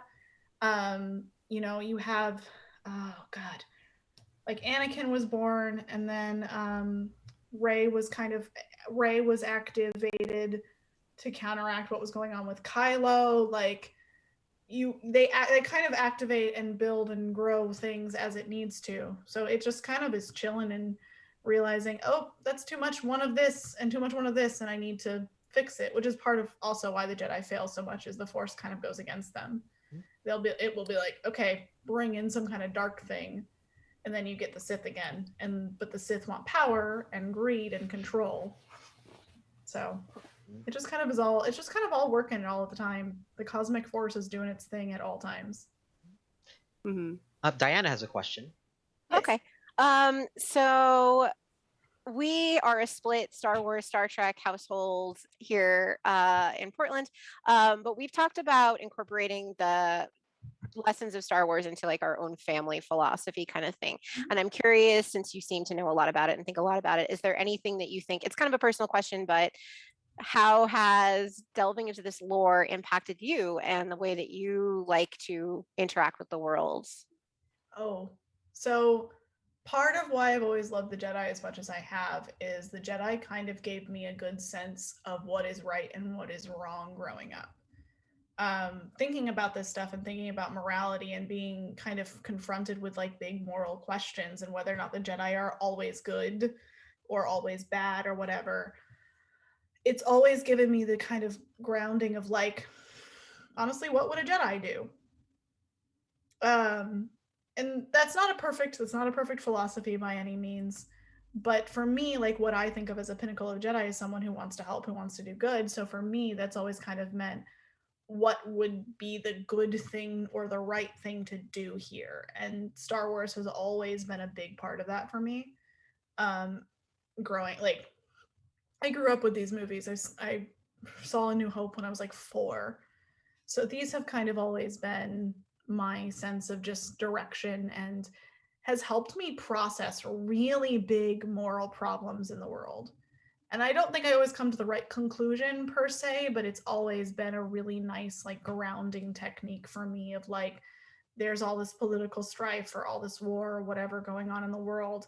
How do I deal with that? How do I manage it? And I put it into kind of like, what would I do if I were a Jedi? I don't have superpowers, so that's out of the question. But like, how would I approach the situation? What would I do? And how would I try to help? And Star Wars has kind of always worked like that for me. I also love Star Trek. And I don't think the morality is terribly different. Yes, Star Wars is a bit more dystopic. There's a lot more problems in the Star Wars universe. But I still think at the end of the day, like, what would Starfleet do and what would Jedi do is not terribly different, because they're both still out there trying to do what's right and help. And I think at the end of the day, that's like kind of how I've always incorporated this in my life, is just thinking of like, I am having a really hard time figuring this out. Okay, let's put it into a mythos or a terminology or something that I know, and how can it help me right now? I think that, yeah, that's great. Thank you so much for sharing that and rolling with that kind of personal question. I think it's interesting because Star Trek is like, how do you make the world better through a hegemonic like power structure and being kind of in charge, versus Star Wars is how do you try to fight tyranny and the negative side of hegemony. Yeah. They That are, word. they are, but with the like kind of socialist aspects of Geminies. the 23rd century and stuff, like at the end of the day, most of the Starfleet crews we know are going to behave in the way they think is for the greater good. Right. Yeah. Which is also how Jedi behave. They try to do the greater good. Obviously, this isn't perfect. This isn't a perfect system, but I think kind of boiling it down for that has always helped me, because sometimes things get overwhelming. There's a lot happening in the world. And when you can kind of contextualize it in something you understand or like relate to very well, it helps. Yeah, agree. All right. Moving on to Diana. Are you ready for their presentation? Yes, Okay. I am. Great. All right. Let me see. So you're seeing the correct slide, hopefully. Yep. So this is my presentation, dehumanization of POC and foreigners. And as I dug into it a little bit more, we also add in queer and Jewish identity as well in Disney animated pictures from 1940s to today. So a content warning as I'm starting. And a disclaimer, so I'll take a drink. We're going to have stereotypic imagery, racist and anti-Semitic caricature, and ruining your childhood with facts. And I am not calling you out specifically for loving Disney. I also grew up wanting to be where the people are, and I worked at the Disney store, like I said before we went on air, and all of that. So I'm here too, experiencing this along with you. And this is not a comprehensive deep dive. This is where the disclaimer comes in. I'm focusing on Disney animated pictures for the most part, 1940s to today, and it's not going to cover every single film for time. So that's something to note. I'm not getting into the Pixar canon either. So I want to start out talking a little bit about Disney's most successful animated short. I know I just said that I was going to be talking about the pictures, but I'm talking about a short now, which was their most successful one. It debuted in the 1930s. It was 9 minutes long and won an Academy Award. In one scene, the wolf disguises himself as a visually stereotyped Jewish peddler to try to trick one of the pigs. While doing so, he speaks in English with a heavy Yiddish accent. Note the date, 1933. This is the year Hitler rose to power. But we also have some homegrown anti-Semitism in the U.S., of course, spiking in the wake of the Great Depression. And this won an Academy Award for basically getting in early on the dehumanization of Jews in art that's later depicted here in the 1937 propaganda campaign on the left. So what is dehumanization? Dehumanization is the process of depriving a person or group of positive human qualities, and it's a precursor to moral exclusion and genocide. But what's interesting here, and why we're talking about 1940s and after, is because when supposedly Walt Disney himself later became uncomfortable with the portrayal of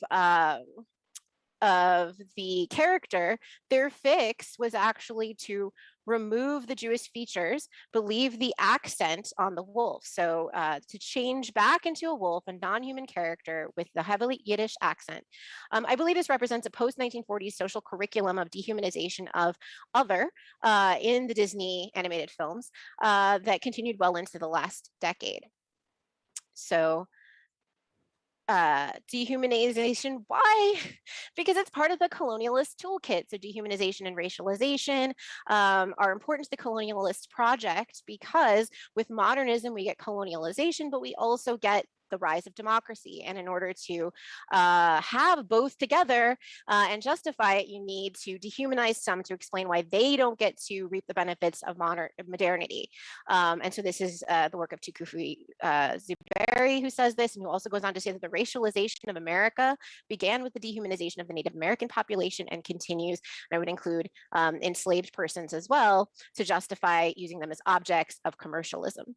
Racialization itself construes race not as a biological or cultural classification, but as a set of socio-political processes that discipline humanity into full humans, not quite humans, and non-humans, such as animals. I'm not going to go into the specifics of this, but there is a very different thing when you're putting someone into an animal form versus a robot form versus an alien form. The latter have been used, for example, for trans and non-binary people. There's some really great work out there on that. We're not going to cover that today. So we're focusing mostly on objects and animals. So here we have just a breakdown of films from 1937 until 1977, and the orange arrows depict situations in which there's racist, animalistic depictions of non-whites. And when there's not an arrow, that's not like this is a great depiction of non-whites. No, they're absent from those films, right? So we have Fantasia, Dumbo, Lady and the Tramp, and The Jungle Book as the main issues here. Also not included in this list is the Aristocats. But I will mention it here. So we have in turn, in Fantasia, there was a dark-skinned centaur character, Sunflower, subservient to the other lighter-skinned centaurs and characters. In Lady and the Tramp, obviously, you've got the Siamese cats, C and Am, who are drawn with slanted eyes, and they speak with a stereotypic Asian accent, also as portrayed as villainous and sneaky. There's also a Chihuahua who speaks with a very exaggerated Mexican accent. In Jungle Book, however, you'll see that there's basically everyone in the film speaks in British English, except for the monkeys who speak in jive or African American vernacular. And Louis, the king of the apes, is portrayed as lazy, fat, and a little dumb. The jive talking crows in Dumbo were portrayed in much the same way, and Aristocrats has Yellowface cat playing the piano with chopsticks. Okay, so Disney has recently come out and flagged some of these films for content warning, right? They say this program is presented as originally created, but may contain outdated cultural depictions or have this like big little image that comes up with text before your video starts, talking about how they've kept the films, but they want to acknowledge their harmful impact. And say that Disney is now committed to creating, I added now, committed to creating stories with inspirational and aspirational themes that reflect the rich diversity of human experience around the globe. So there is that commitment, right? Sorry, I just take a moment here. Very good use of Star Wars meme. Thank you. I wanted to be inclusive. I've also, you noticed Grogu and Moana in the background were holistic here. Thank you. So these years are relevant. These years are the most important ones in the presentation because they're from my childhood. So that's why they're the most important. No bias here.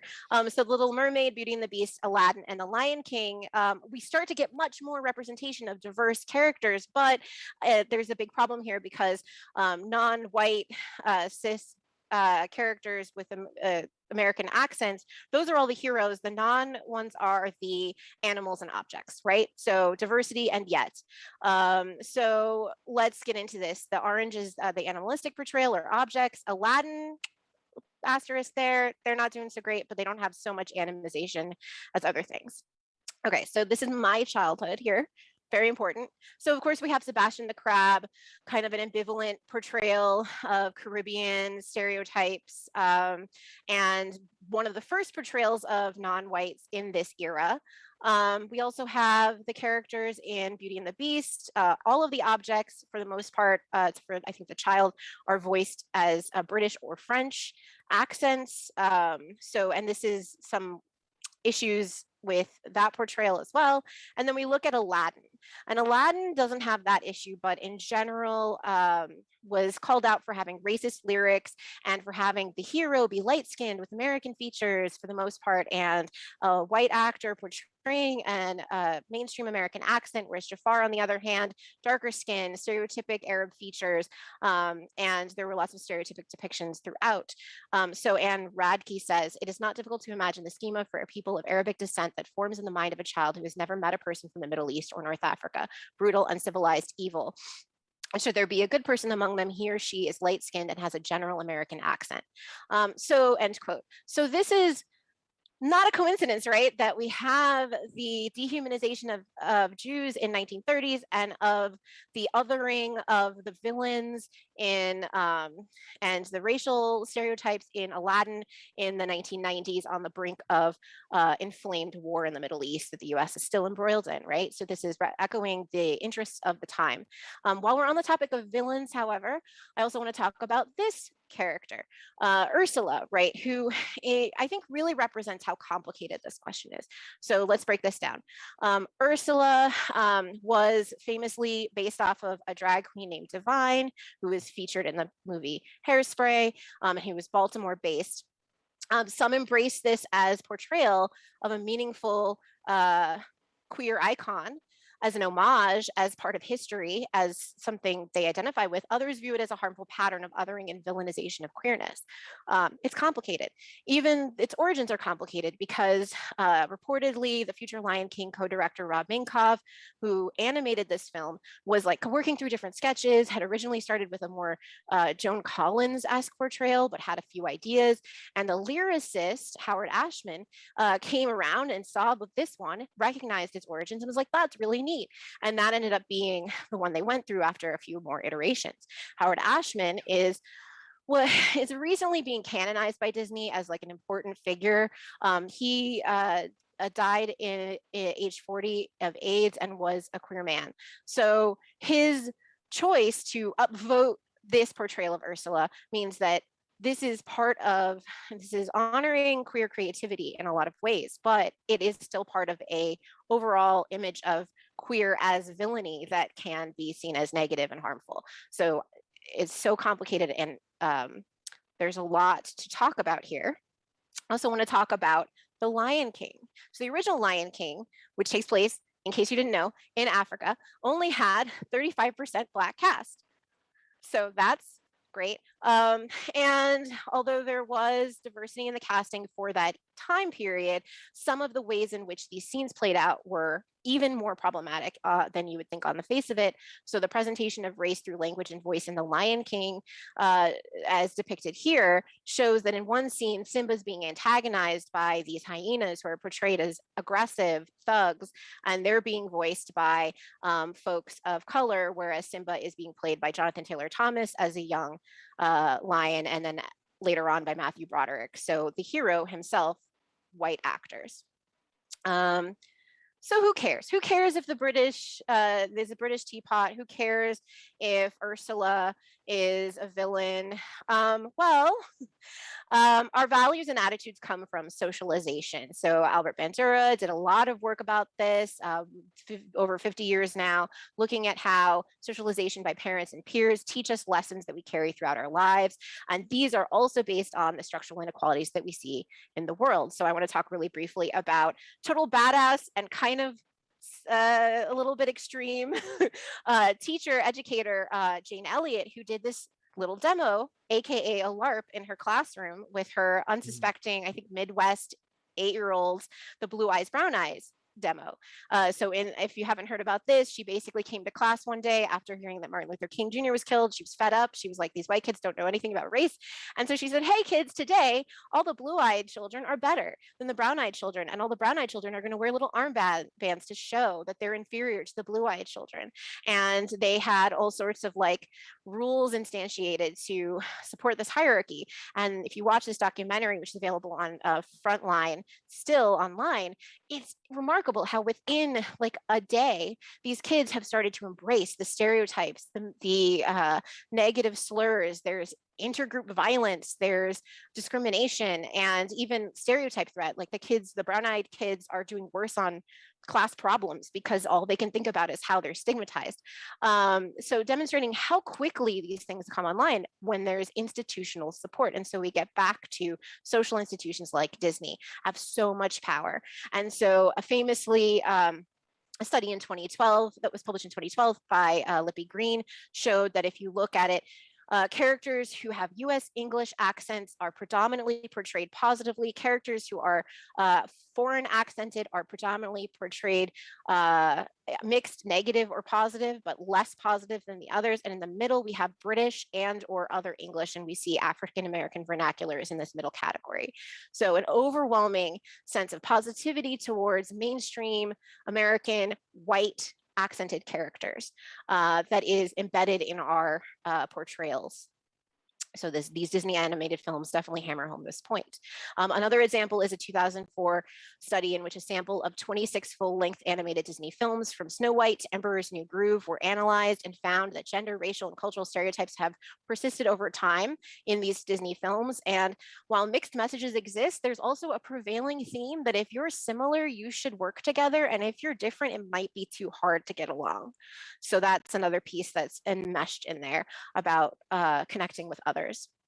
All right, almost to the present day. We see that things are getting a little bit better with Mulan and Lilo and Stitch with regard to hiring actors portraying the characters that from the same cultures and races as them. So that's good. Emperor's New Groove did not do that. So although the characters is meant to be Peruvian, they had an all-white cast. So not perfect, but less dehumanization, less animization until we get to The Princess and the Frog. Okay. The Princess and the Frog. So this is the first Disney princess who's Black, and I still have not watched this movie because she is still a frog for most of the goddamn movie. So I haven't been able to watch it because of this issue. You still get a Black princess; she's still not human most of the time. So I'm not gonna talk about my thoughts on it, but smart people have written about it. So Turner says that this film uses the affect of nostalgia to whitewash and sanitize 1920s New Orleans, glossing over the racism that existed in that city at the time. This is where my grandmother lived at that time, so that's personal. Food and jazz as stand-ins for Black humanity and colorblindness is triumph. This is an era in which America, in the 2009 time when America is quick to say Obama's president, so we're past racism, we're a post-racial society, and this film is perpetuating that American idea. And then Neil Lester says, in these instances, the anger and pain associated with historical absence transfers to the anger and pain of misrepresentation and suspicion. So what happens when you finally get representation on screen, but it doesn't hit right? This can create vocal response, such as this change.org campaign that existed, which shows that it's not just Disney's problem, it's an animated film issue in general, demanding to say, let's have Black characters stay human. And they're pointing out issues in Blue Sky and Pixar as well, with characters turning into a pigeon and a blob of a ghost, respectively. Okay, so what about Zootopia and Moana? I was so sad when I had to turn these two orange, y'all. I was like, no, these are going to be good, but stay tuned. So again, not like there may be characters like in Frozen 2, there's an African American, well, not African American, but there's a Black character, and but they're not featured. So these films are sidelined in my discussion here, but we can talk about it if you have thoughts. But anyway, in Zootopia, so Jennifer Sandlin and Nathan Saneza say, Zootopia perpetuates and naturalizes processes of racialization and dehumanization, and thus helps preserve whiteness through its policing, modulation, and sanctioning of affect, most notably through positioning anger as an effective and bad emotion. So to break that up a little bit, we have the main character is a police officer who's sort of looking into these angry, violent other animals who are disrupting society. And it really does have this effect of saying anger is bad and ineffective. But unfortunately, we know that anger is a valid response to injustice and also key to resistance. So in research in my own field, we know that experiencing anger is a precursor to action, to resistance, to protest, and to social change. And so if you're painting a picture that a somewhat sanitized emotional experience, suppressing emotions, is the best way to go when facing an unjust society, that is supporting a status quo narrative. And then finally, Moana. Moana's hair made me cry so hard. I broke down in the theater. They spent so much time figuring out how to animate this girl's curls under wet conditions, dry conditions, showing how it changes. Like I was like, oh, I felt representation for the first time in this way. However, and in general, it's positive portrayals of Hawaiian culture, but they also gave us the queer crab agenda. And so the character of Tamatoa is very ambivalent as well, reminding us of the Ursula portrayal, because Jermaine Clement did an excellent performance of this character, super fun song, but it is a Bowie homage, a really cool Bowie homage, but it's a queer coded villain again, right? And so Rowan Ellis does a really good breakdown of this, and I have this YouTube link up at the end of the presentation. I'll make it available to you if you want it. So absolutely, Moana makes great strides, but there's other areas in which there's some issues. All right, to conclude, does loving Disney make me blank, racist, anti-Jew, homophobic? So my answer is complicated. The media content we consume shapes us all of our lives. Through Disney, so it's a quote from Sandlin and Snaza, through Disney's films and theme parks, the traumas of American imperialist and racist past and present are erased as white and Western bourgeois values are reinscribed and celebrated. I would note that Kelsey's presentation, which was amazing, I had some issues because it's like, oh, so there was a LARP in which they were trying to fight over who could colonize the area. Cool. Like that, it sounds like a really fun experience, but it's still reinforcing these ideals of the frontier in that example. Jason Wallen says there's no room for critical race theory in Disney's quote unquote happy curriculum in which positive emotion and sanitization of experience are the mainstay. And Radke, again, I'm quoting, says Disney simply mirrors what is common in our societies, its markets. As long as racial or cultural stereotyping sells, Disney will continue to produce movies and with stereotyped characters. And then last slide. So in other words, garbage in, garbage out. What we create as a society is going to be perpetuated in Disney's products, and Disney's products are going to reinforce and reinscribe those stereotypes and identities within us. So identity is messy and we all seek meaning. As a queer person of color, I'm going to go and see these movies and then as a child and figure out, oh, so this is how I can identify, this is how I can exist in the world, is through the lens of these characters. So sometimes that means I play a cat girl in an MMO. That's okay, probably. As long as I'm aware and that we're aware of these influences on us and that we have rich representation options out there available to pull from, and hopefully more and more of those will be available in the future. And that is all I have to say. So thank you. Here are my sources. I'll make them available to you. I'll probably tweet them out. So a lot of these really great things, and then also my academic sources if you want to go read up. I'll leave that for a second. I see a question already. What was your choice to not include Saludos Amigos? I don't know anything about it, and I did a quick Google, and it looked like it was just like canonic Disney characters being canonic Disney characters. If you know stuff about that, I'd love to hear your take. Oh, I just it features a Brazilian cigar smoking parrot who was the first time this parrot ever existed, and he is clearly representing a Latin American man. Okay. In a very stereotypical sense. I will fire back with that. For the Three Caballeros is actually, for the time period of coming out in 1944, is actually pretty well done and respectful of Puerto Rican and like Mexican culture. Like, yeah, Panchito has really bad Mexican accent, and Jose also kind of has a really bad accent, but like the actual live action segments are actually like remarkably respectful for the time period. And that's a video I had on VHS. That's why I was asking about Saludos Amigos specifically, because it's separate from Three Caballeros. Yeah, it is. I'm also like, I am Colombian, so when it comes to Mexican and Puerto Rican culture, that's a little separate from me, but I did remember like this parrot just, and I'm like, okay. Yeah, okay. I don't remember so much his portrayal in the first one, but I remember like Three Caballeros being decently okay, all things considered. Good. Worse. It could have been way worse. So yeah, I was just curious because I was like, it does feature in the first one, features him much more stereotypically not super respectful, and it is an animal of a person of color. So I was just curious. I was like curious because I was like, I saw the list and you skipped over it, and I was like, what was the reason? No, just I did a quick search, hadn't really heard of it, to be honest. A bit before my time. I am an elder millennial, but yeah. That makes sense. Otherwise, amazing. Yeah, thank you. Wonderful. So that's my time. So your time is 20 minutes 24 seconds. Okay. So that's 3, 6, 9, in the curve. 12, 15, 18. So that's 6 drinks I will drink.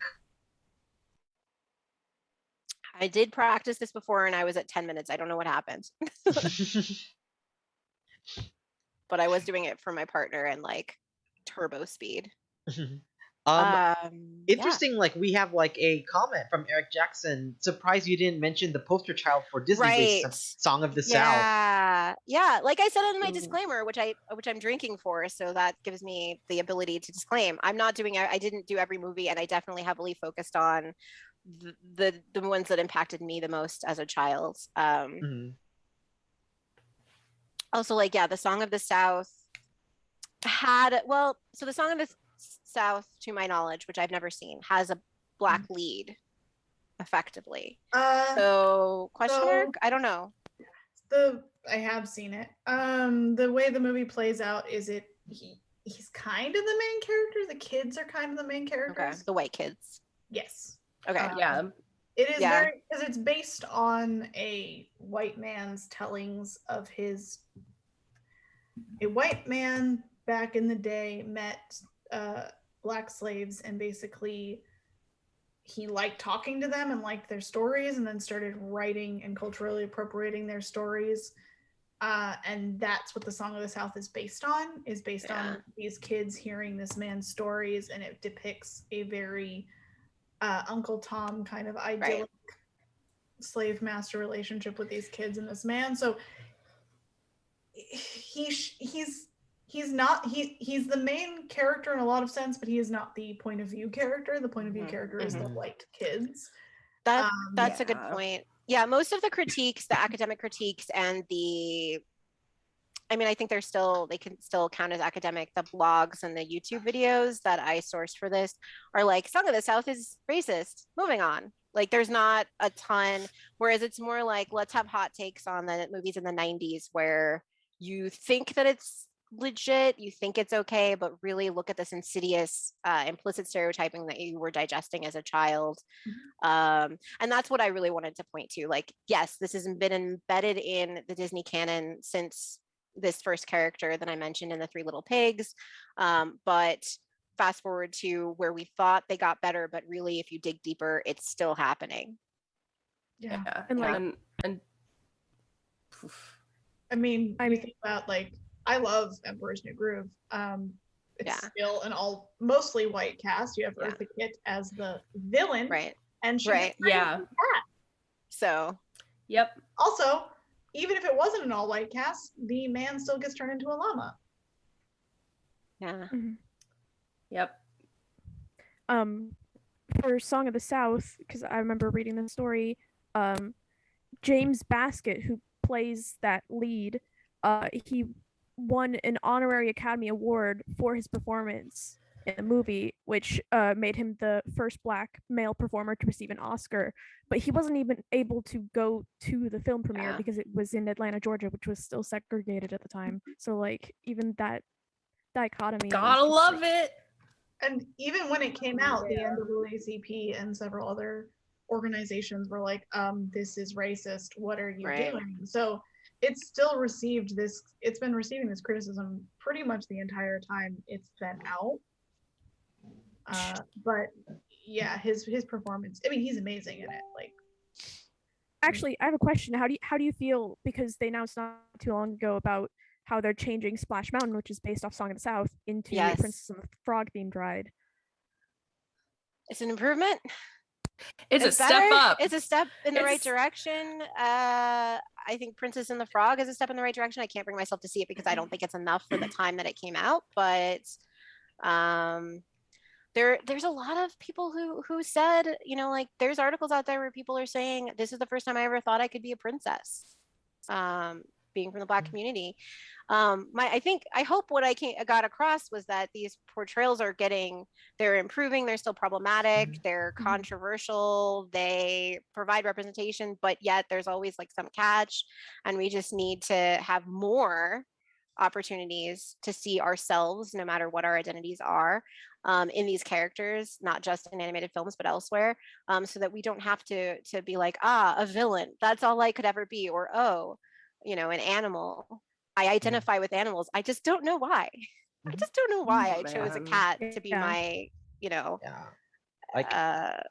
So I have a question. Well, first of all, I apologize for constantly leaving if you see me constantly leave. So the one drawback of doing this show and drinking a lot of water is the constant needing to bio. I've had to do that 4 times during this show. So my apologies, but I do It is drink a lot of water for this. it's good. So, question then, it popped up in my head. So then, how do we go about Hmm. um, creating villains that are not problematic? That sounds like a Uh, horrible thing to say yeah. because, So like, in my brain, it's like someone is gonna be the villain, and there's always going to be a problem. So how do we go about doing that? I mean, so there's been, I mean, I'm not an expert on all of this, Yeah. and I'd love to hear other people's opinions too, because this Yeah. question I think anybody could have a really cool opinion on. As somebody who also like runs tabletop role playing games in which most of my players are queer, and their characters are queer, I think it really helps to just have more voices, more different identities represented in all of the roles. And then you're not like, aha, the villain is from this community, but so is the hero, or at least and like not the sidekick, right? And so you're just fleshing it out. I think there's also been like a not so great pushback to not make women and members of marginalized communities the villain at all, and only show like a positive portrayal of those communities, which can be just as problematic because you're not allowing people to be fully fleshed out beings. And so that is, you could like correct too far in the other direction, and I don't think that's great either. So that's, I'll just like stop there and see what other folks are thinking. Yeah, no, I totally agree that like on the swing side of making sure that marginalized people of marginalized communities are like can't be evil is definitely like the wrong way to go, because honestly, the leader of the Suicide Squad, the Amanda Wallace, Amanda Waller, I think. Amanda Waller, yeah, she's an incredible villain with her own agency. Like, she is one of the most powerful, coolest evil women I've ever seen, and she's allowed to be in that space and be her character, and it's not like she's not stereotyped to my knowledge, and she just gets to inhabit her space and be who she is, and it's very refreshing, honestly, to let people be evil in a way that's not stereotypical or harmful. I think. Oh, sorry. No, you're good. Like I asked that question because it's like it's something that I think with a 2-hour movie we're gonna constantly hit that like that question. But I think what I've seen in just like other media that I consume, like one of my favorite villains in that I've seen is Magneto from the X-Men. I also love Poison Ivy, Jewish. and I Mhm. think in my brain it's because they're not a stock character with the I'm evil and the shortcuts are either a race or they're like or something that's inherent in their identity. But if you understand that this is where I'm coming from, and they end up being at war with what's going on, I'm like, oh, this makes so much more sense. So then when they combat whoever is depicted as the good guy, it's well, I get it. Your background is not, ended up breeding you to be where you are, and it's not necessarily evil, just more like you're on this opposite side of things. But so often we do use the othering as the shortcut for bad. So if there's a way to demonstrate that maybe if this one villain came from their own struggles of some sort, and it's a very difficult path to write because not everyone can write it well, but and not use some of these otherings as shorthand for this person is bad because of this identity. Um, that's the only Yeah. thing that I could think of that would work, but not everyone can write like that. Well, it's also No. like I love Poison Ivy. I also would not say she's really a villain, but that's a longer discussion. But it's also, like, Eco-terrorist, yeah, which is Yeah. becoming more and more of a relevant job. yeah.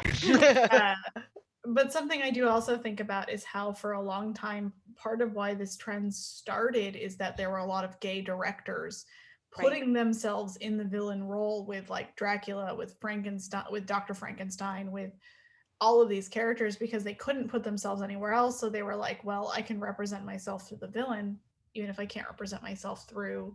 And that's been pervading horror for a very long time. So it's kind of like, Oh yeah.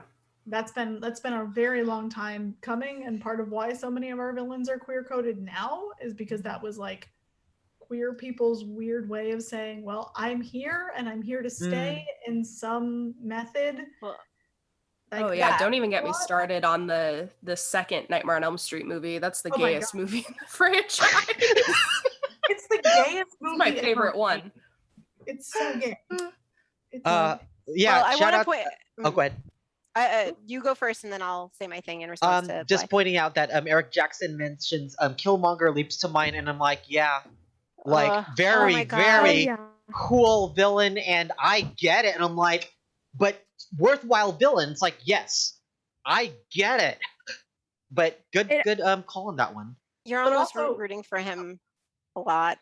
Hmm I think it was Reminds very me- sexy of him to rob the British. Yes.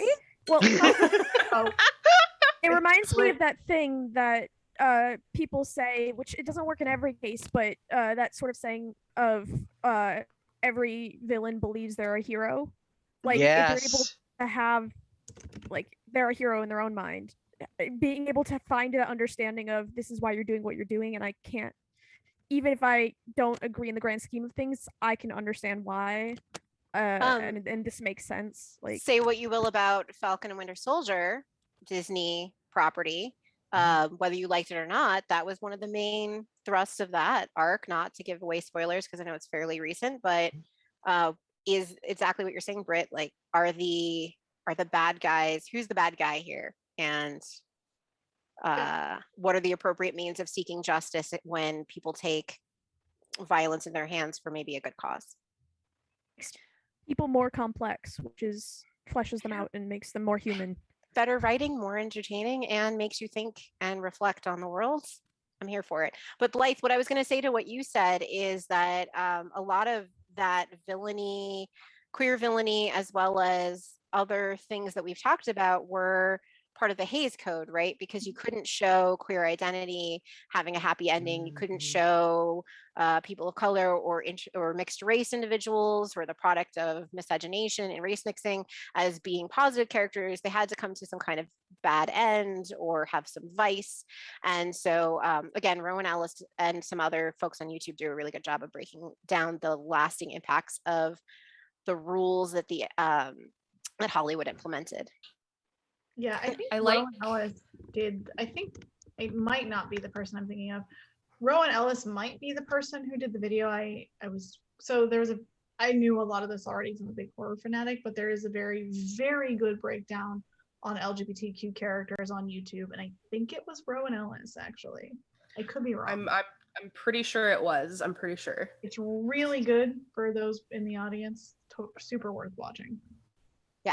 Yeah, there's a couple. There's the Why Are All the Disney Villains Gay is one. Maybe there's a horror one, not so much my genre. There's also one I watched recently about non-binary and queer characters being aliens, relevant to Loki, another Disney property now, and Well, Mystique and Destiny and her Mystique and her longtime girlfriend. So, and then the thing is that we go to things like Howard Ashman and think folks in the community are making these portrayals. But is it because and how much self-awareness is going into that, especially at that time in the 90s, the 80s and 90s, versus how much is it like, well, I've only seen myself represented as a villain on screen because some non-queer person made it a rule, and so now I think this is how it's meant to be, or I just reflexively identify with that and put that out there and continue to reinforce it. Is that good? Is that bad? I don't know. Well, that's why horror, kind of why I keep going back to horror. Horror is fascinating with this. Yeah, it's a really big thing in horror too. It's huge in horror. And because a lot of the horror movies we think of that are classics from the 30s and 40s were directed by queer people. Yeah. They're not, so it's fascinating to think that they, in a lot of ways, kind of started this trend because they couldn't represent themselves because of the Hays Code. And then later, you get George A. Romero and you get Night of the Living Dead, and you get these movies where it's like horror was not considered high art. So you could kind of get away with things that you could not get away with a movie that might get an Oscar or might go up in the high art category. This is all very dumb. I hate it. But this is true. And like George A. Romero, when he cast, oh God, I think his name is Darren, but I'm gonna look it up right now. Just gonna double check the name. Dwayne Jones. When he cast Dwayne Jones, Dwayne came to him and was like, you need to change the storyline because a black man would not be treated this way in this movie. You can't just like swap me out for a white character. Like it can't just be the same. So George A. Romero and Dwayne worked together to make the story make sense with him and his story. And this has been happening in horror for a long time. It's not perfect by any means. Horror messes up a lot, and there's a lot of racism and a lot of homophobia in horror. But it's very fascinating to look at how representation for horror has been and it's kind of why people of color and queer people have like latched onto the genre a lot. And like, yeah, me, my whole identity. Yeah, and then all the stuff that Peele is doing now with yeah, his stuff is amazing, is absolutely incredible. He's very much taking that and twisting it on its head. He's going, this is what we had to do. Here's what we can do now. Yeah. And I would bring it back to Disney to say that there's this dissonance because I think the comic book genre shares a lot of the same qualities you're saying with horror, right? Where it's not considered art, so you can get away with a lot of stuff. It was created by folks who were on the margins. If you look at the original origins of Marvel, for example, and then, relatively on the margins. And then, so there are some queer portrayals, social justice portrayals for race in the comic books, but then you get to the big box pictures and they're pushing against pressure from Hollywood and from other countries who have these rules against having these open portrayals. And so then the fans are like, wait, what? Why are you changing this? Why are you redacting this? Why are you not going strong on these things? Yeah. And now it's Disney. Yeah. Well, and then Falcon and Winter Soldier bringing in, spoiler alert, Isaiah Bradley. Isaiah Bradley was banned from comics. He was not allowed to be in any Marvel properties after he got introduced. So the fact that he is in the Falcon and Winter Soldier was like, holy cow, you brought in a character that they basically are not allowed to mention. And now like he's out there and he's at the forefront. And a very meta portrayal of that story as well, right? Yep.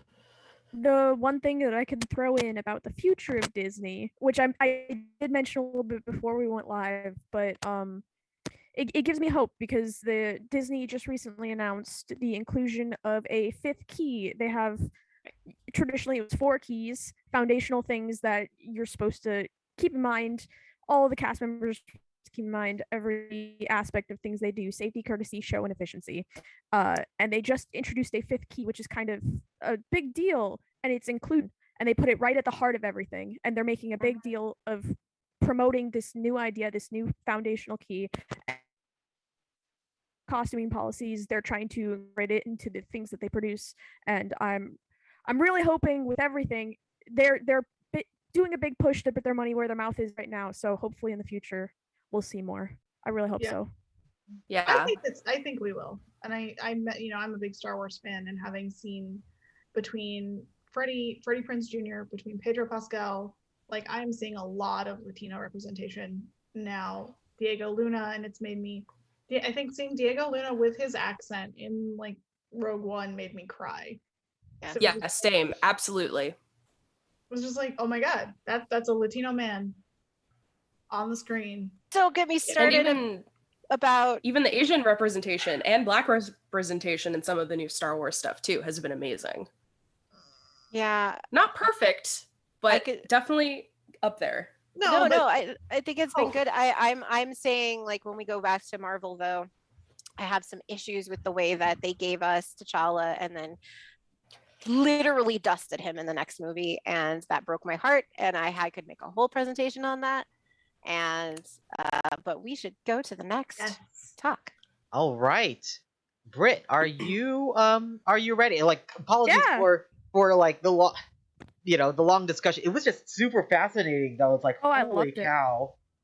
Holy cow. I feel like at some point, like, apart from point and clink, like when I do afters, like we could totally sprawl and just over drinks about topics like this. Yeah. Absolutely. All right. Britt, are you ready? Yeah, you guys want the biggest, most dramatic shift ever. Yeah. Welcome to my presentation, which is hopefully it's showing up. Yep. Things I'd ban from the parks based entirely how much I find sweeping them up to be a hassle. So welcome. I do have this screen just in case. Disclaimer saying that my opinions don't reflect the views of the Walt Disney Company, all of that sort of stuff, just because I do work there. It's just fun, and it's to offer a different perspective. I know one of the things that I always really loved about Disney was I've always been a big fan of behind the scenes stuff. I'm always a big fan of like looking at the different perspectives that you don't normally think about. I think that's super cool, and I thought this was kind of a funny topic because most people don't think about the people that are cleaning up. I also have a couple of tips in here. They might not always be accurate as Disney evolves. I've had some things change that I used to give out just because of pandemic reasons. So super interesting. So to get started, I chose 10. And there's a couple other things. Number 10 is lollipops. They include these kinds, and also there's these little Mickey Mouse ones that are shaped like Mickey's head, and they come in like a little bundle of a little bouquet. I always find them on the ground. Never a full one though. It's only pieces. I think these kinds of lollipops I think are very prone to just you drop them. That's what they're made for. And it's I never find the sticks. I only ever find little pieces of candy, probably a crying child somewhere. They get stuck to the ground really easily, and I always have to kick them up with my shoe and try to sweep them up. And toddler cereal number 9. It specifically does these little flower ones. It's never just Cheerios. It's like these little flower shaped ones. You never just find one.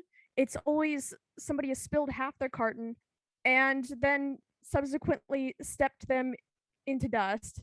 I also include those little. They sell these little Mickey cheddar snacks, like Cheez-It knockoffs at the park as well. And the same thing happens with these. They're made for young kids and stuff, and they look tasty. I don't know. They end up on the ground more often than in people's mouths. I think it's very funny. Um, Granted, it is one of the easier things to sweep up, so it has points for that. Number 8 is fruit snacks and or other gummy type snacks. Kids drop them and they get stuck to the ground instantly. I kind of consider them worse than gum. They're worse to try to kind of scrape up. I feel like they get stuck a lot worse. One of the things I always do if I can with a trick is if I can wait till it's later in the day and things have cooled down slightly to try to get it up. Like if it's in a high traffic area, you can't really do that. But if it's somewhere off to the side, you might be able to get away with letting it cool down a little bit because it's a lot easier when things aren't so melty. It'll kind of be a little bit less stuck, and then you could kind of scrape it up and get it off of the ground. And that's always nice. I don't even know. I don't even know if Disney sells fruit snacks. People might just bring them in. I've never seen them. Number 7 is bubbles. I got this.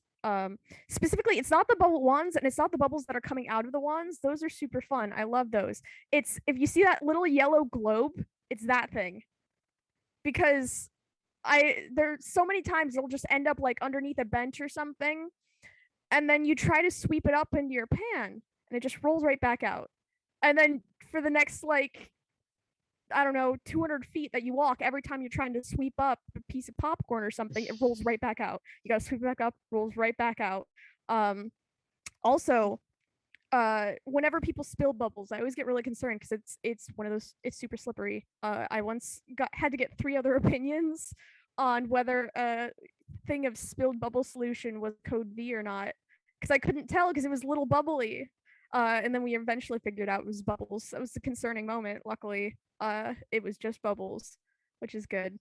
If they just changed the shape, honestly, change the shape to a cube, it wouldn't roll away. It'd be so much better. I wonder if that's why they get knocked out of people's hands too, is because they're a sphere, so they just, bump it on the bench while they're exchanging it out and it just rolls away. I see a question, what is a code V? Throwing up. Vomit. It's a nicer way of saying that. We deal with a lot of those. Fun fact, we're not really that bothered by it. I'm not bothered by cleaning it up. It's part of my job. I'd much rather people tell me when it happens so I can go deal with it rather than just leave it to sit for a while hidden somewhere. That's like one of the big takeaways I can say. If something happens, like if your dog goes where they're not supposed to, if you get sick on a ride, let somebody know. Nobody's gonna care. They want to clean it up. Please let us know. We won't judge you at all. Segue. Number 6, maraschino cherries. I'm utterly convinced nobody's ever eaten a maraschino cherry in their life. I've never seen it happen at all. They exist purely to fall into the ground. I didn't know this until I was working at California Adventure temporarily, and they've got the adorable snowman, and they put maraschino cherries on their ice creams there. I've never seen one on an ice cream. I've only ever seen, like, this picture is probably photoshopped. I don't know what to tell you, because they're always on the ground, and then people step on them because they don't see them, and they kind of get ground into concrete. You try to sweep them up, but if they started to dry, it's a little bit difficult. And then when you do get it up, there's a little red stain, so you got to go grab a mop and you got to sweep it up, and mop it up, and it's all sticky. And I don't believe that they're a real thing. I think they're just I don't know. Which I also have a fun tip here. If you plan to go to the Disney parks anytime soon, right now, because of COVID policies, most of the food and beverage stuff has introduced mobile ordering. They're encouraging mobile orders so that you can place it on the app and then pick it up. And it's kind of as contactless as possible. So if you're planning to go, set up like your credit card information on the Disney app ahead of time, because you can it's super easy. Like, it has a little screen that'll tell you when your order is done. You can choose the time frame of when you want to pick it up, so you can place an order for hours in advance if you know you're going to like eat dinner at 6 o'clock or something, or even like you're getting on a ride right now and you want to pick it up after the ride. You can place it for like 10 minutes after if there's time slots open. It's really convenient. But like I went with my sister recently and I didn't realize that was happening, so I had to do it all, like take a minute to do it there. So if you're going to do it, just set it up ahead of time. It makes it really easy. Number 5 is smart water. And the reason why it's not these bottles specifically, it's the ones with like the sippy lids. And the reason why is because of these little things. They're these little plastic tabs that come when you like before you open up the little flip cap so you can take a drink. And they go everywhere. And I get it because they're so small. And once they fall on the ground, like you might not even notice. But they're clear, so they're kind of hard to see, but they're just big enough so that when you notice it, you have to get it. And I don't know why they're designed like that, but they get everywhere. And it's just like, why? And I did my research on this because apparently Disney only sells 2 types of waters, and it's Dasani and Smart Water, because they like have a deal with Dasani. And Dasani has green caps. I spent like the last 5 days trying to investigate which bottles these come off of. I figured it out. Huh?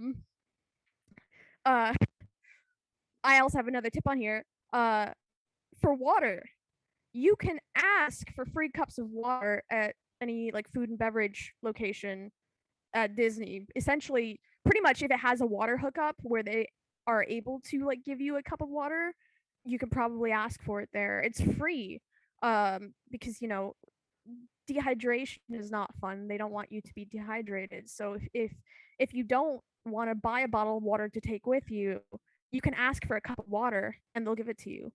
It's a really good tip. Also, I just noticed that they've started putting out a couple more water bottle refill stations in the park, which I don't think were there before. Like specifically, I saw one the other day near the entrance of Frontierland. It's actually really cool. They themed it up to be like a water hose, like one of those pump water hoses with a bucket, and then but it's got like a modern water bottle refill station inside of it. It's really cool. So I'm really glad they're doing that because that's been one of the big things a lot of people ask for is where's your water bottle refill? And we haven't always had them, so it's really exciting that they're getting more of them. Number 4 is the Morton Bay fig tree. This is in at the crossroads between Adventureland and New Orleans at the Pirates of the Caribbean ride. They have the one at the front. I think there's one inside as well. They produce these figs. They're these small, round little fruits. Don't eat them. You probably should not eat them. They grow around Pirates. They're super rolly, so they go all over the place. And there's so many of them. This tree is so big. And so they're really hard to sweep up, and then they get stepped on, and I don't think anybody's tried to eat the figs, but when I was looking at it, when I was Googling it, I was seeing that some people said that they are edible and most people say that they taste bad. But, just practically, you probably shouldn't eat things that come off the plants in Disneyland. I'm just going to say as a rule, even if it is theoretically edible, just don't. You can get tastier things. Would you like a quick fun fact about fig trees? Yeah, what's your fun fact about fig trees? They're pollinated by wasps, and every time you eat a fig, that's a wasp's baby. They lay their eggs and become the fig fruit. Enjoy that fact, everyone. Okay, Ew. so this is further reason why you should not eat the figs.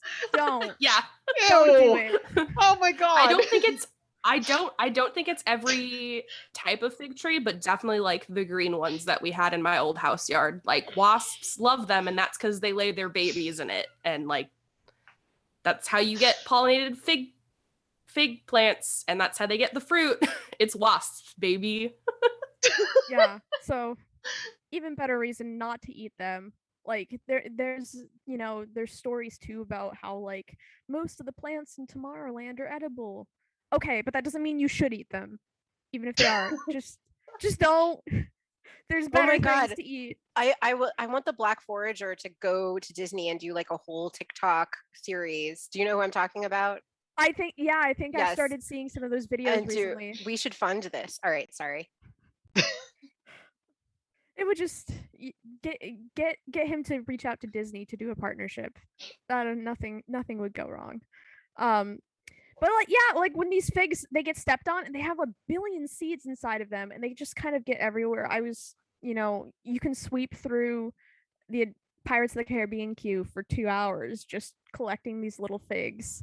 Stepping on them is not a fun experience. It gets stuck to your shoe and stuff. But what I did find out, because I was desperately trying to figure out what kind of tree this was so I could include it in the presentation. And while I was Googling it, I found a couple of different places this fact. So according to my research, trying to figure it out, I found a few different sources that said that it was an oil company that donated this tree to Disneyland. And apparently there is that was the issue why they had to get rid of the tree, was because it was kind of messing around with their pipeline, and they ended up donating it to Disneyland. I think it comes from one of the tours. It's a fun fact from one of the tours that you can take, which I hope is true because that's really cool. But man, that tree. I mean, to be fair, if you're in the area, there's always something to do because there will always be figs to sweep up, which is great. Number 3 is beignets, which is a very contentious opinion. Beignets are delicious. Oh no! Not- I love Not beignets. arguing with that. Don't take my beignets. But the powdered sugar on beignets it's an actual night. You cannot sweep it. If you try, it just gets worse. It's a never ending problem. You got to break out the mop, and even then, if you do, you walk away. There's gonna be a whole new mountain of sugar there. It's so delicious, but what cost? You know what cost? They recently there's this sort of like flower bed edging that curves around from the mint julep bar, and it kind of goes in that little square next to the Haunted Mansion. And a ton of people traditionally like to sit there to eat their beignets because it's like right there. And they added tables over there, I think, as part of the like social distancing, making more outdoor dining options. But it looks like it just made the powdered sugar problem worse. It's because people, which is great that they're seating. Great. Oh man, that powdered sugar. I do have a tip, which is if you don't have a park ticket to your beignet fix, that's not a problem. Downtown Disney, which is free to get into, they have the Jazz Kitchen. The Jazz Kitchen also sells beignets. And I've never had a Jazz Kitchen beignet, but there will be a lot of people that will tell you that they're better than the ones at the Mint Julep Bar in Disneyland. I've had the one at the Jazz Kitchen, and it is better. Yeah. Okay. Well, It is there's better. a good opinion right there. So you need a Disneyland ticket to get your beignet fix. You can just go to the Jazz Kitchen and do it there, and then you can the Downtown Disney cast members, custodians can clean up that powdered sugar instead. It's okay, I had to do. I was there while I was doing it. But they're tasty. They also come out with fun flavored ones during the holidays. I tried somebody's pumpkin one once. They come out with like pumpkin ones, I think, every year, and everybody says they're really good. My Number grandmother 2. would roll over in her grave. What, that they've made one not traditional. Yes. I love it. They get creative with seasonal foods. It's pretty I fun. will listen. I will eat it and I will love it. I'm just saying that my ancestors will weep. Yeah. Yeah. Can't blame them. And we've got number 2 here. It's popcorn. Number 2. My opening fact is I once saw a child on his dad's shoulders look me square in the eye and dump his entire popcorn bucket onto the ground. That was an Kids are just like experience. that. Kids are just like Kids that. are just like that. It was a wild time. But at least that happened right there. It was all in a very centralized location, very easy for me to pick up. It was before anybody walked in it. Great, awesome. They probably didn't appreciate having to go buy new popcorn, but popcorn does get bonus points because it's easier to see at night with how brightly colored it is, and it's slightly bigger. So I'll give it that.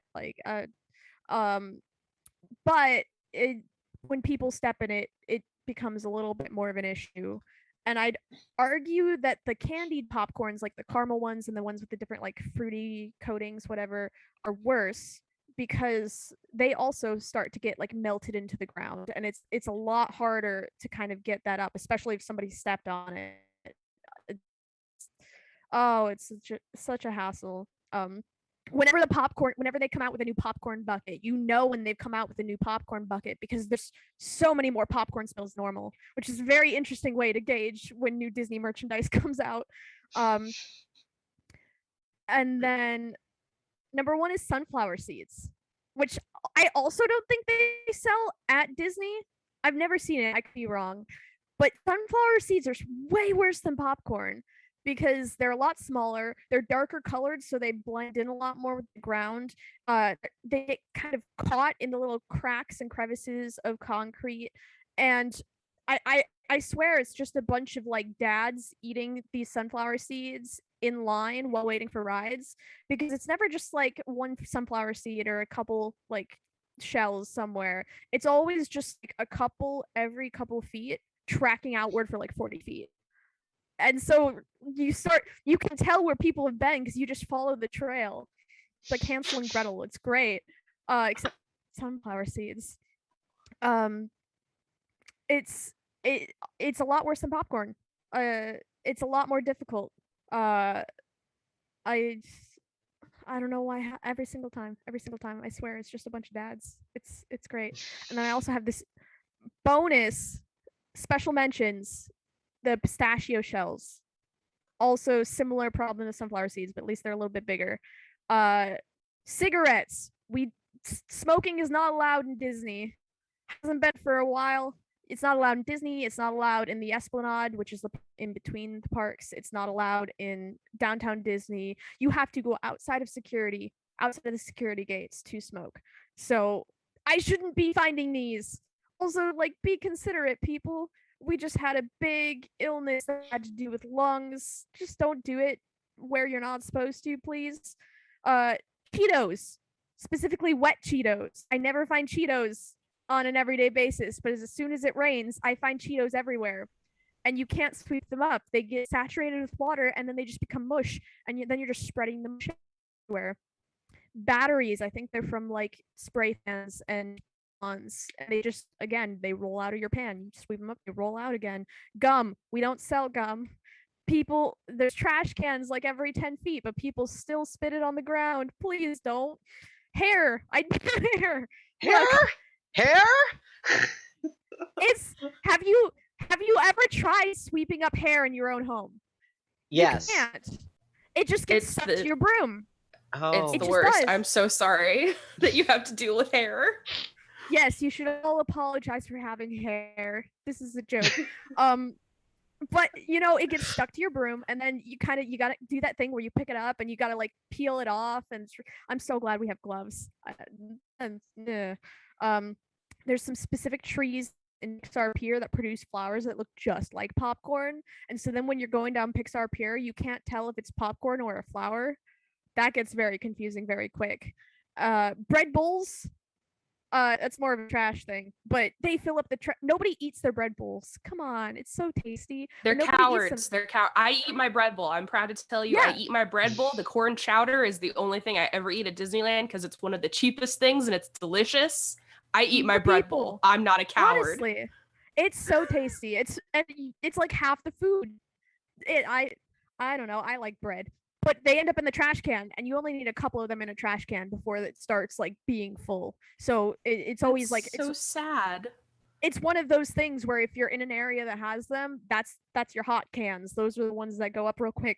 And similarly, Poultry Palace in Pixar Pier, they put their food in these like meal boxes. Like if you remember when McDonald's kids meals used to have like cardboard boxes that they put them in, they're boxes like that. Again, you need like 5 of them to fill up your trash can completely. It makes it go so quick, and trash gets so hectic when that happens. And speaking of trash, if you lose a low value item at Disneyland, my pro tip is to go back to the place where you last remember having it and checking the tops of the trash cans in the area, because what will often happen is that items that are dropped on the ground are low value, like somebody drops a cooling towel, or like a kid's, like I saw a kid's pair of pants once. They end up on the tops of trash cans for a little bit before they're taken to lost and found, just in case the person notices and comes back real quick. So there's a key tip for you: if you've lost a low value item, check the tops of the trash cans before you head to lost and found, because they might be over there. If it's a high value item, those things are taken straight away. Like phones and stuff, there's papers to fill out and things like that. But things like your child's shoe might end up on top of the trash can for 15 minutes before it gets over to lost and found. So check it out. And this picture is me playing a trash can. So love it. I saw that and I was delighted, and I had to take a picture because that's me. Sometimes I get trash shift, and then I can go, "Hey, I'm trash," and it's unironic. And that is the end of my presentation. If you have any questions or fun tips that you want to hear. Woo! Woohoo. What is your opinion on the talking trash can that used to be at Disney World? I'm so Little sad I robot never boy. met him. I'm so no. sad I never met him. I wish that they still have those and they had them in every park because They deserve to be at every park. They're very cute. It's Push the Talking Trash Can. That's his name. Yeah. Yeah. If I remember it, I think sometimes they pin trade off of him too, which was neat. Oh, what? I might be wrong, but I thought there was a trash can that rolled around that had like pins on the side of it. I might be That's wrong. Amazing. Because again, I never experienced it. I've just seen like pictures from people. But what are some tips? Like, I don't eat most of those snacks. I do eat popcorn sometimes, like a heathen. But what are some tips for like guests going on to be more respectful and mindful of the sweeping and just making sure that we don't cause?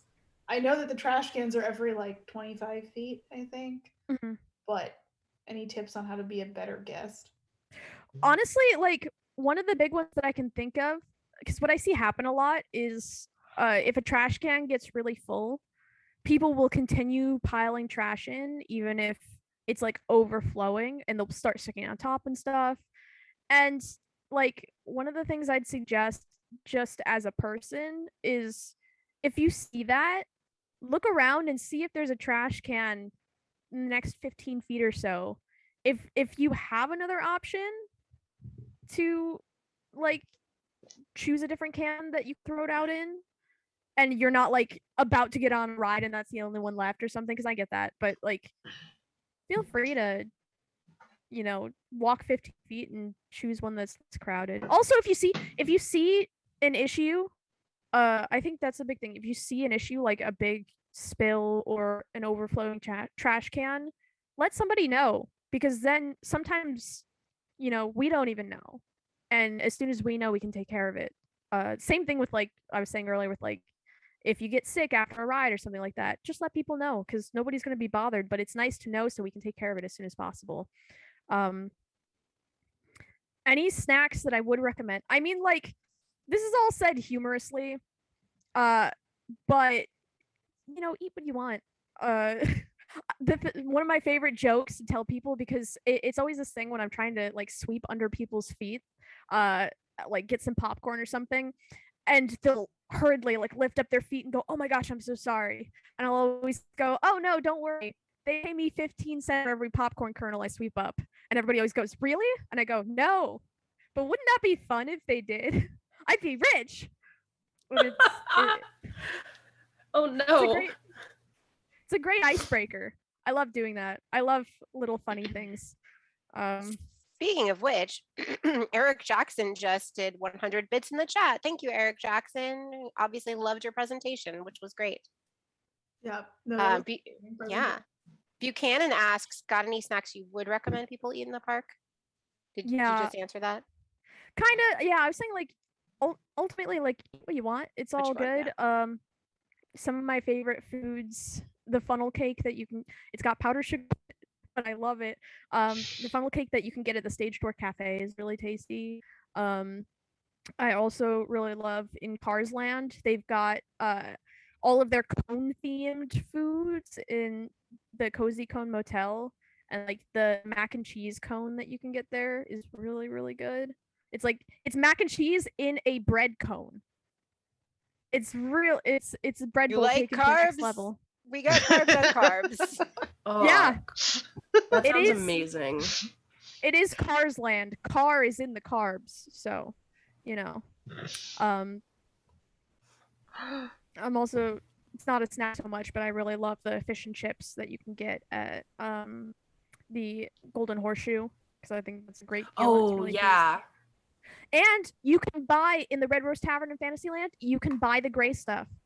It is delicious. Yeah, it's really tasty.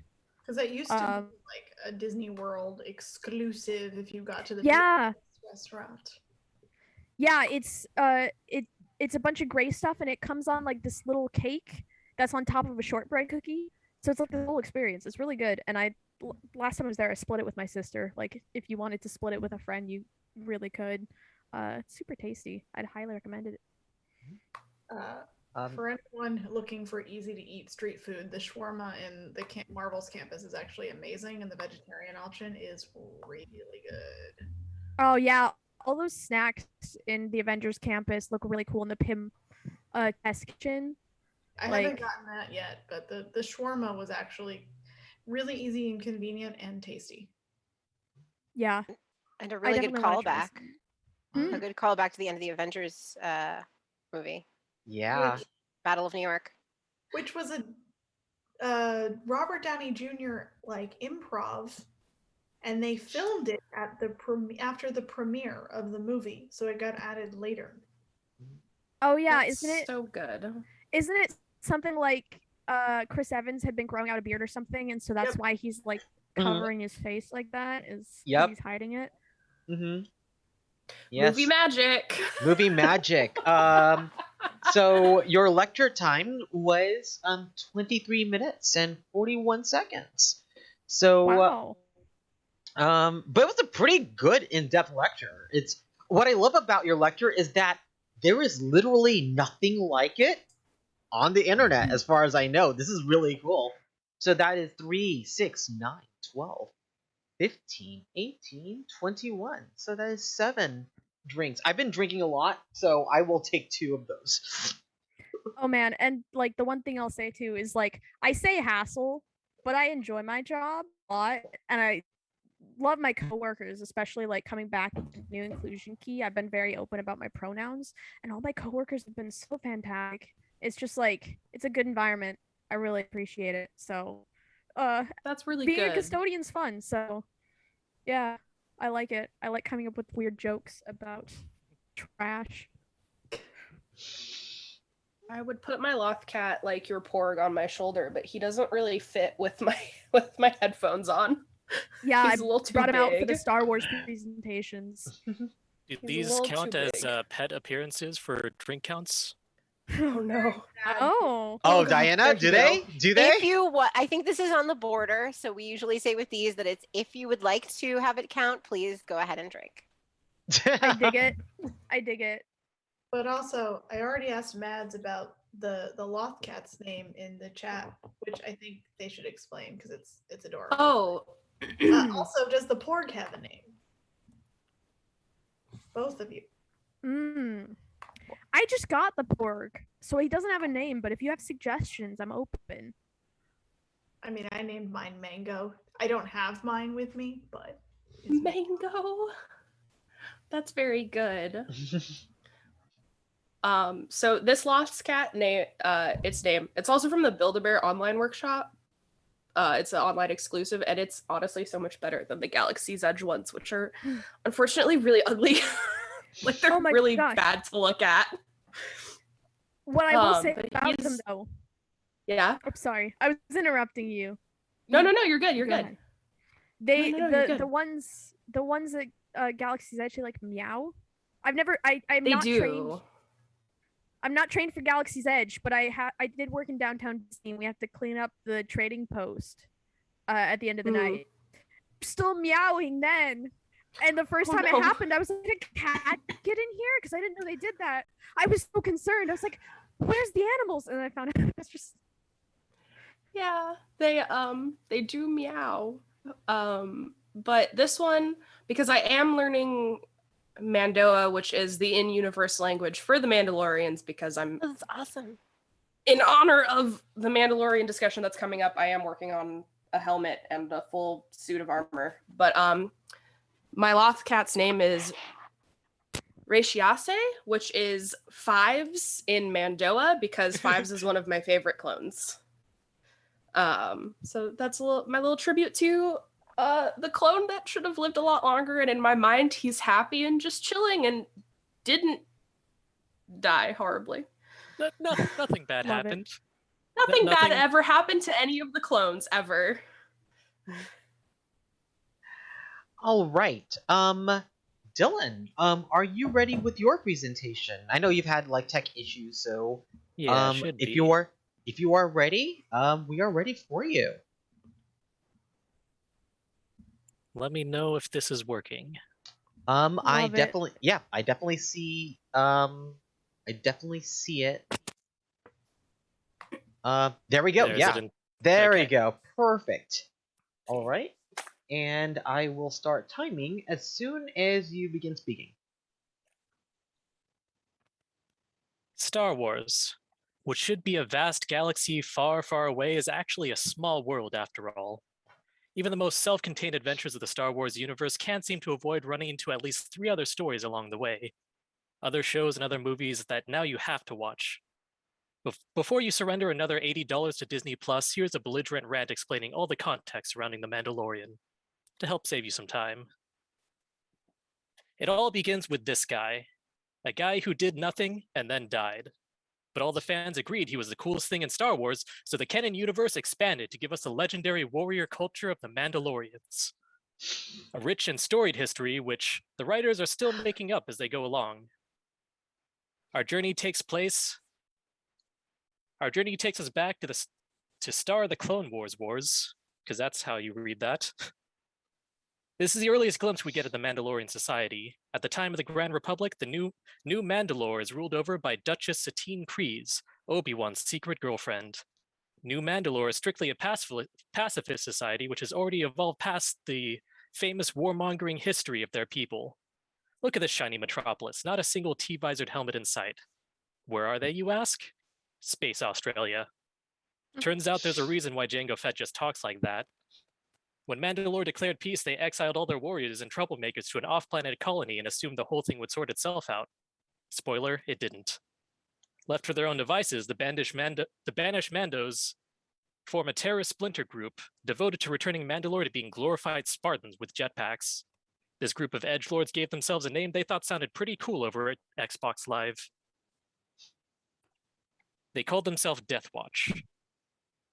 Death Watch is led by the edgiest of edgelords, Pre Vizsla, who is such a special snowflake, he has a weapon to match, a lightsaber, but it's black. And if that's not edgy enough, it has a literal edge on it. That makes sense. This is the Darksaber, which viewers of The Mandalorian have come together as some kind of legendary weapon with a renowned history that is somehow destined to shape Mandalore's future. And how is it introduced into Star Wars canon? This guy just kind of pulls it out and says, I have a lightsaber. Let's saber fight. Where did you get a lightsaber? I stole it from the Jedi. Why does it look like that?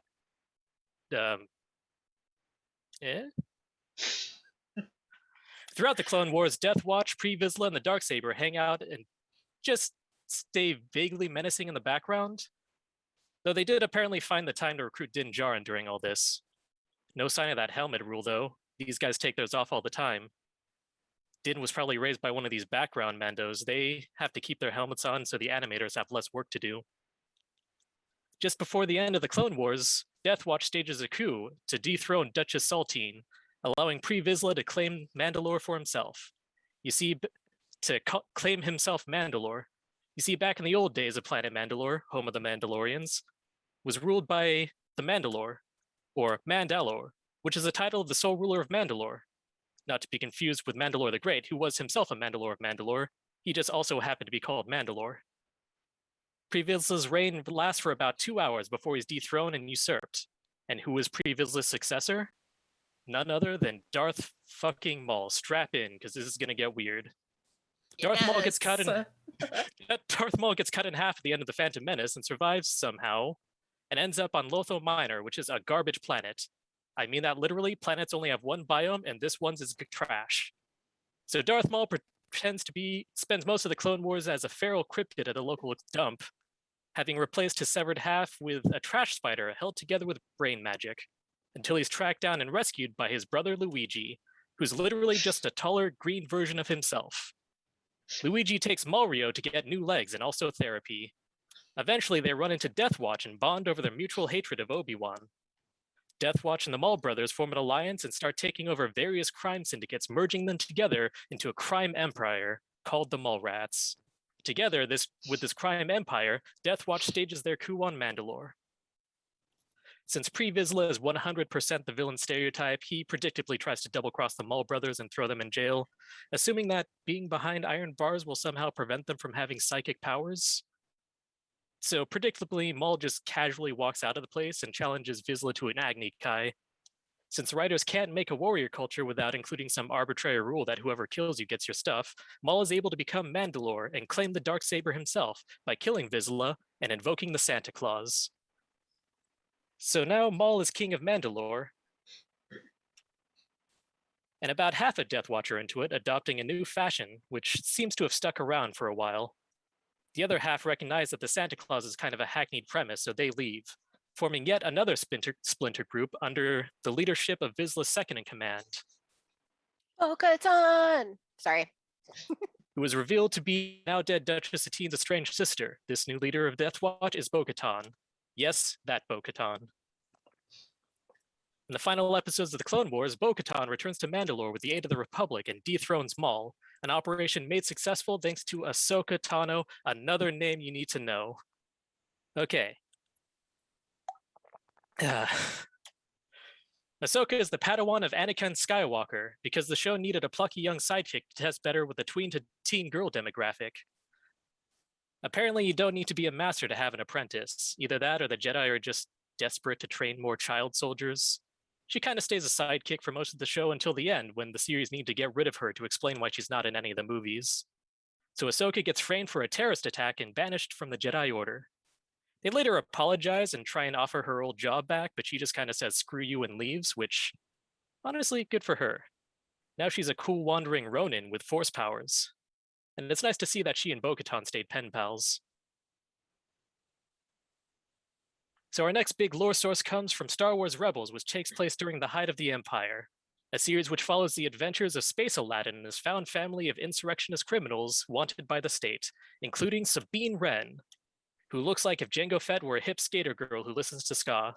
She becomes an important delivery device for a ton of new Mandalore.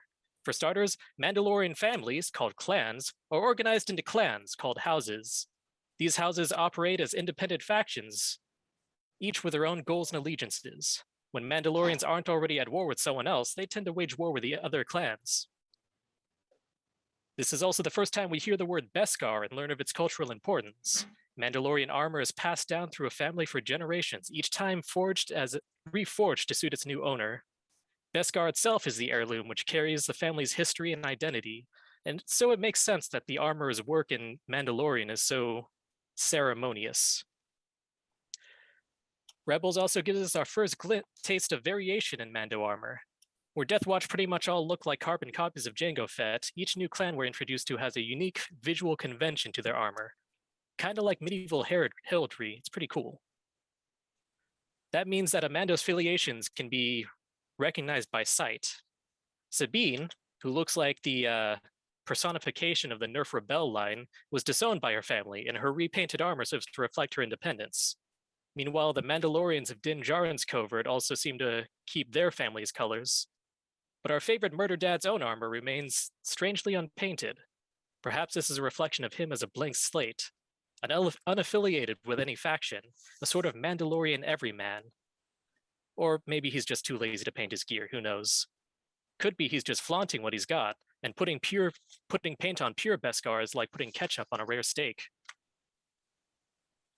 We all know that Mando armor is decked out with an absurd retinue of weapons. Well, Rebels explains that traditional Mando gear was designed as a reaction to the Jedi Mando Wars, a conflict which took place long before the Clone Wars.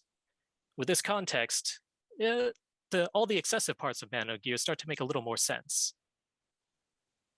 The Jedi War is something that has been referenced in canon before, but Rebels gives us a little glimpse at how that conflict really shaped the Mandalore people from that point on. Killing Jedi is like their entire thing.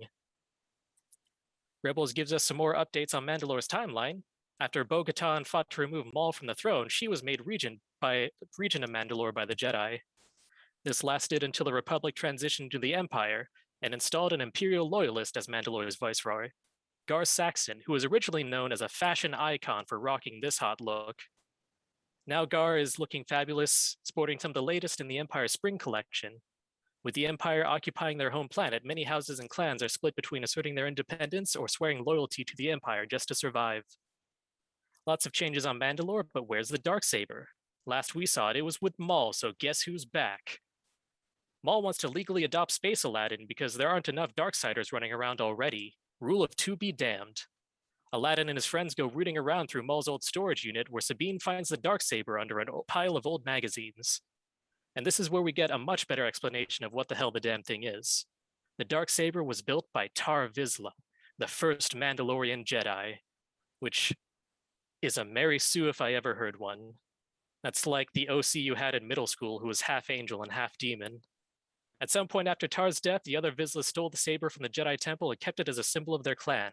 And eventually, it was wielded by a Vizsla who united all of Mandalore, possibly referring to pre-Vizsla's brief reign. At this point, the Darksaber is basically Space Excalibur, a symbol of legitimate claim to the throne.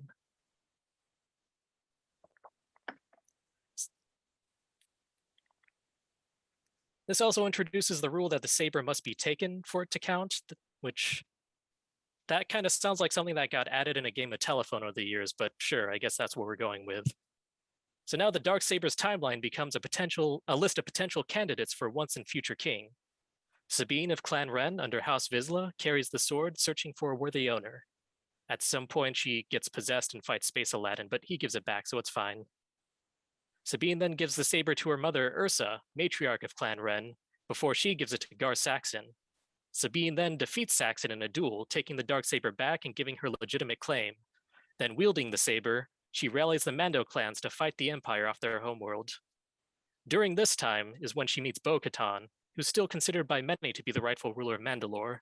So she offers the sword to Bo-Katan, who initially refuses it, but eventually accepts when the other clans swear allegiance to her. So I guess I was entirely right about it needing to be won in battle being bullshit, because that doesn't matter if everyone just agrees you should have it. But that's where Mandalore and the Darksaber, that's where we leave Mandalore and the Darksaber until the events of the Mandalorian. So it looks like Bo-Katan's rebellion didn't really go so well. Though honestly, learning all this lore just makes this stare so much sweeter. But that's what's happening with the planet Mandalore. What else is going on in the universe?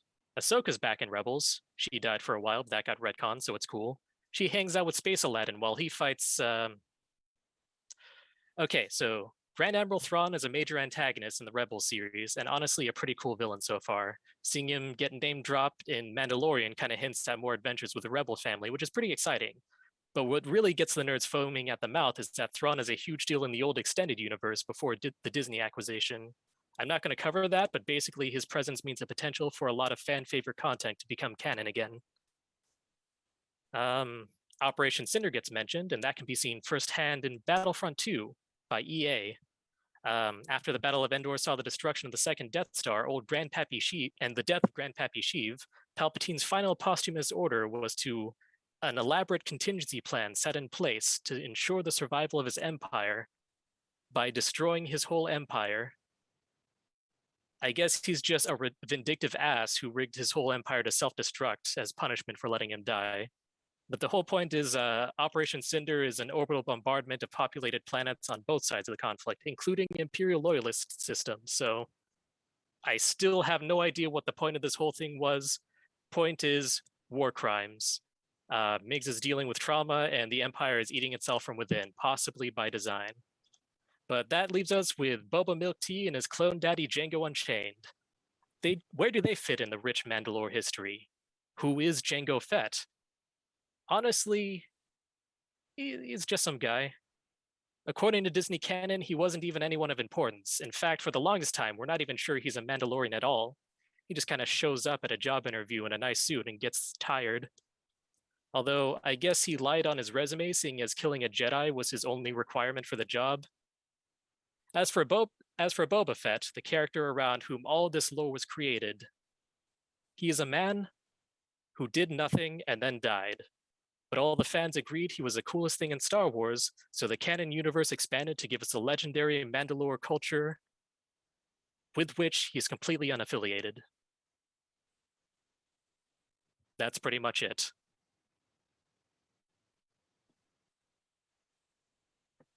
Absolutely incredible. Thank you.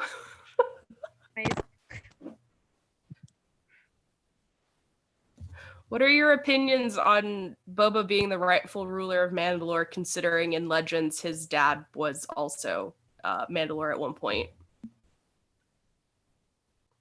Could be cool. I was going to mention, but I thought it would be kind of obvious. This entire research was canon strictly because there is just so much fucking legends that I need to catch up on. There's so much. There's so much. So I much. wish they would mention Jaster Morell at any point to recanonize him because I love him so much. Oh man. Oh man. So the time on that is 14 minutes 16 seconds. So that is 4 drinks. 1, 2, 3. Yeah. 4, 3, 6, 9, 12. I will drink some.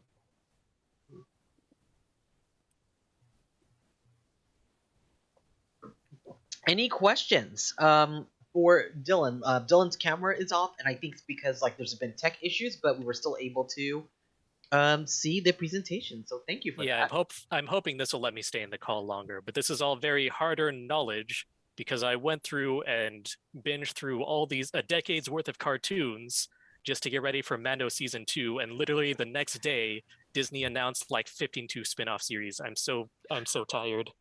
Oh my god. Yep. You know, my sister's been yelling at me for a while now to watch all of the different Star Wars media that's on Disney Plus, and I think you've convinced me to start, honestly. Yeah, Yes, honestly, watch Clone Wars. It's so good. I was very angry in tone about a lot of this, but I would recommend Rebels very highly, and I would recommend like maybe not all of Clone Wars because that is a lot to commit to, but You don't need to watch all of it. yeah, you can look up the important arcs. Blythe, I think you have Yeah. a So finger up. funny. You wanted to say something? I'm struggling to not backseat lecture. Rebels is very good. Watch Rebels. It's the best of the best of the best, sir. It's very, very good. And then I'm just gonna go back down here. Tamura Morrison is from New Zealand, not Australia. Here's Is Maori. That's a kind of question what for. Oh, go ahead. I kind of assumed that it was supposed to be a Maori accent because I thought they were just lumping together warrior culture things and like the actor's actual accent. But then I read somewhere that people said he was Australian. But okay, that's cool to know. I mean, he is Maori, but he's from New Zealand. Mm. That's just, but you can be Maori and from New Zealand. Taika Waititi is also Maori and from New Zealand. So is But yeah. Jermaine Clement. Yep. That was a thing I learned watching through Clone Wars is that the moon colony that all the warriors got banished to, that is literally the local accent is just the Jango Fett accent. So that's why. It's Space New Zealand. Yes. Space New Zealand. Yeah. It's Space New Zealand. Oh god, Concordia is a mess. So Sabine wasn't disowned by her family. She chose to leave out of guilt. Okay, I read that as kind of going two ways, but yeah. That she has such a wonderful arc, and like I want to gush on that, but honestly you guys should just watch Rebels because it's actually paced fairly nicely that you won't have to like sit through 7 goddamn seasons like in Clone Wars. Here's a I've watched question. it 3 times during the pandemic. What's your question? I heard there's a question. What's your question? Yeah, my question is there any sort of order to watch these in? Is there anything important that should be started with? I'd recommend going through Clone Wars before Rebels just because chronologically like things continue from there and there's like some cameos that are actually pretty damn awesome if you're already connected to the characters. There was the whole thing with Rebels coming out before the final season of Clone Wars, so that like kind of throws through a loop some of the chronology of like how to view it. But I don't really think you can go that wrong. Cool. All right. I think we are at our final lecture with Madison. Madison, are you ready? Yeah, oh boy, that's me. Yes. So I'm gonna start off with a disclaimer, and I will take a drink for it, but I am getting over a sinus infection, so I may have to mute periodically to have a coughing fit, like I've been doing on camera this whole time. So I'm gonna. that was cough syrup you were drinking for that disclaimer, right? Absolutely. Co- Yep. But also content warning for, spooky stuff, illusions, and mild talking of suicide. Nothing like in depth or anything. It's part of the story of the Haunted Mansion. I think that's it. Just general content warning for spooky stuff, and a little more of a content warning just for mentions of suicide. But I also don't have any visual aids, so I'll take another drink. Okay. Then I'll go ahead and pin you, and Oh boy, all right, and go let's for see. it. Cool. So, some of the spooky we're going to start with sort of some of the spooky influences of the time period that were pretty influential on the actual like building of the Haunted Mansion. I'm not going through the entire history. I do not have time for that. We'd be here for 3 hours. I'm not going through a lot of the finer details of stuff either, because we'd also be here for another 3 hours, because I can talk about that literally forever. I will be going over sort of the initial concepts and then what of those initial concepts stuck around in the final product of the Haunted Mansion. But so in the 50s and 60s and even the late 40s, Imagineers would have been well acquainted with a very infamous phonograph taken in 1936 of quote unquote the Brown Lady, which is this ghostly figure descending a staircase in a very well-known, I think it's a mansion or a castle in England called Raintham Hall. And some of the earliest concept sketches of the Haunted Mansion actually have like a staircase with a ghostly figure like descending the staircase. So that it really was a big influence. There's also, the 50s and 60s were full of monster movies and horror comics. That's sort of the like start of the kitschy Universal horror monsters and the is it Hammer Brothers? I think it's Hammer Brothers. It's Hammer horror too. That was sort of the more sexualized and violent counterpart to the generally more like on the level Universal monsters. And honestly, a lot of the early stuff that Disney was putting out in terms of animation shorts had like a spooky supernatural bent, like The Mad Doctor from 1933 or Lonesome Ghosts from 1937, all the way to Fantasia in 1940, The Adventures of Ichabod and Mr. Toad in 1949. And I believe one of Walt's first like synced up sound shorts was actually the silly symphonies of the very famous one with all the skeletons dancing, which name escapes me off the top of my head, but like if you've seen the gifs of like the skeletons doing really loosey-goosey stuff, that's the one I'm talking about. And also during this time in the mid-century, dark rides, haunted houses on like boardwalks and amusement parks were very common and still are. They're sort of a dying breed now. I could also go on forever about that because it's fascinating. But because of all of this, because of the culture of the time, a haunted house attraction seemed like the natural progression and like addition to Disneyland. Like it seemed totally normal that they would have a haunted house attraction. So the first concept that got the most done for it and had the most concept art designs, even blueprints drawn up before they ended up going in another direction, was Ken Anderson's version of the ghost house, which was first concepted in 1957. The very first version told the story of the fictional Captain Gore, who was a bloodthirsty pirate hiding in the polite society of New Orleans. So already from that, we can see that the Haunted Mansion was always meant to be in New Orleans, which is, different in several other parks, where in Orlando, it's in Adventureland. In Paris, it's in what is their Frontierland.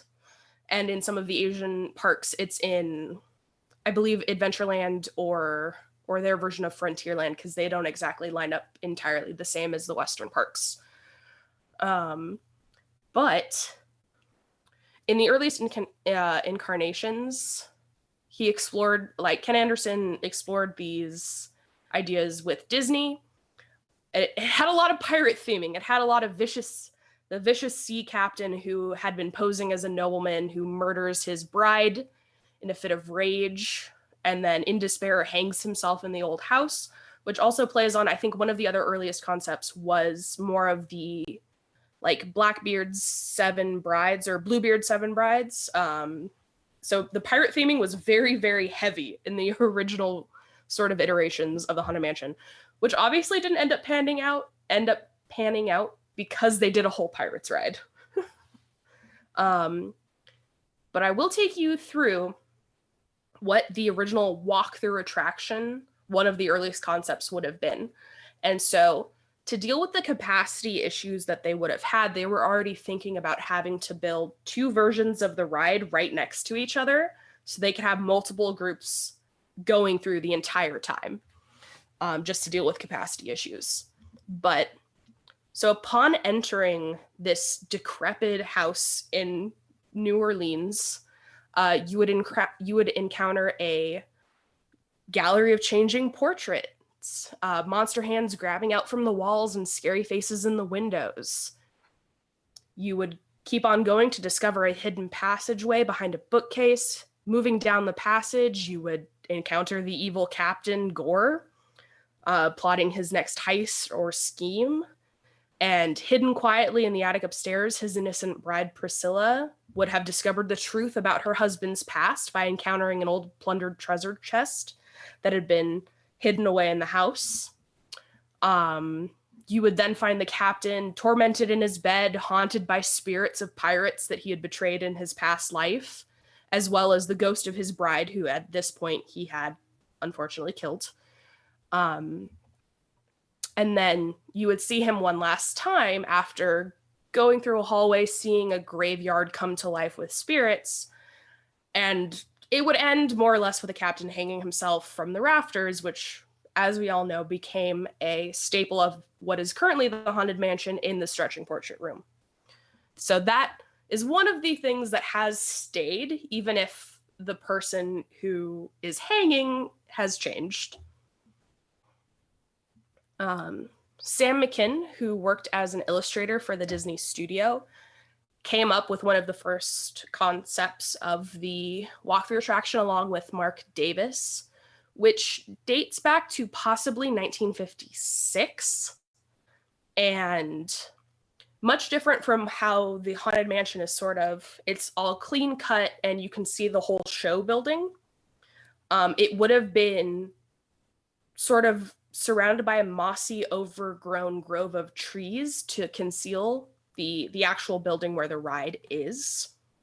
But that's also not true anymore because as Walt is famously known for telling his Imagineers, let the ghosts take care of the inside, we'll handle the outside.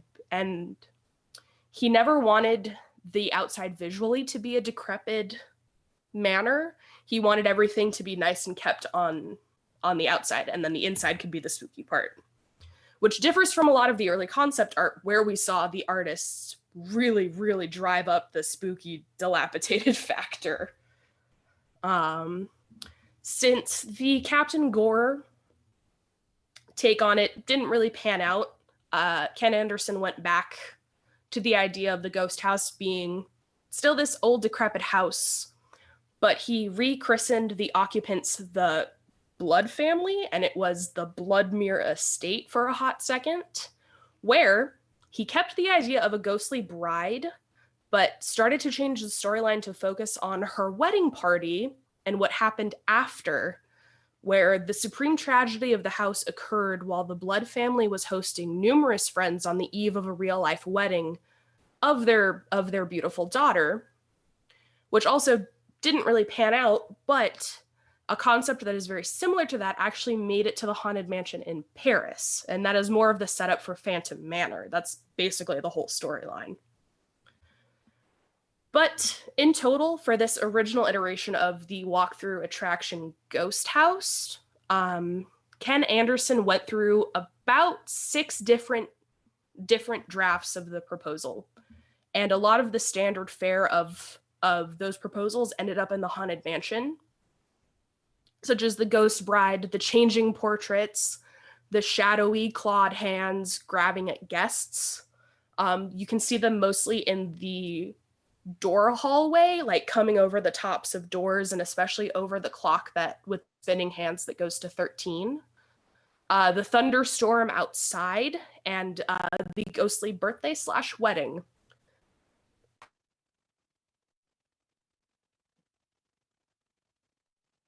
Next, I will talk about my favorite iteration of the Haunted Mansion. I'm still sad every day of my life that it didn't happen. But the Museum of the Weird, some of you may have heard about it. I don't know, it's my favorite version.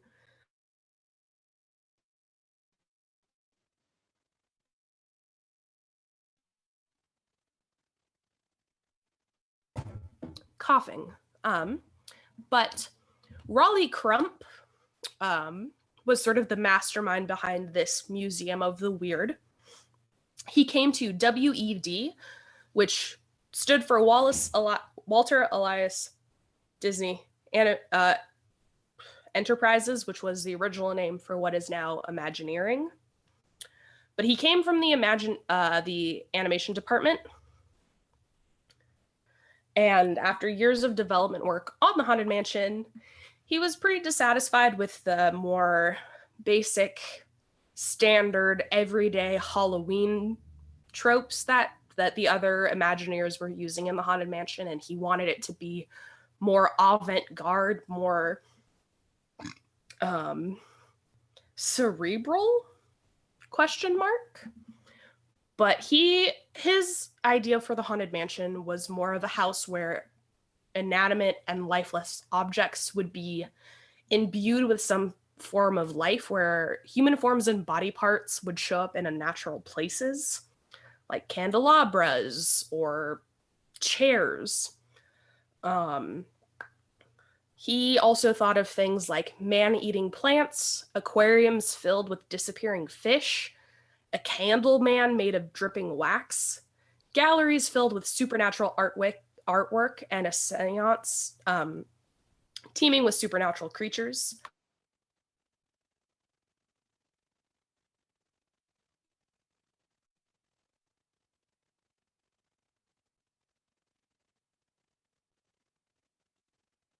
Good Lord. Nope, hold on.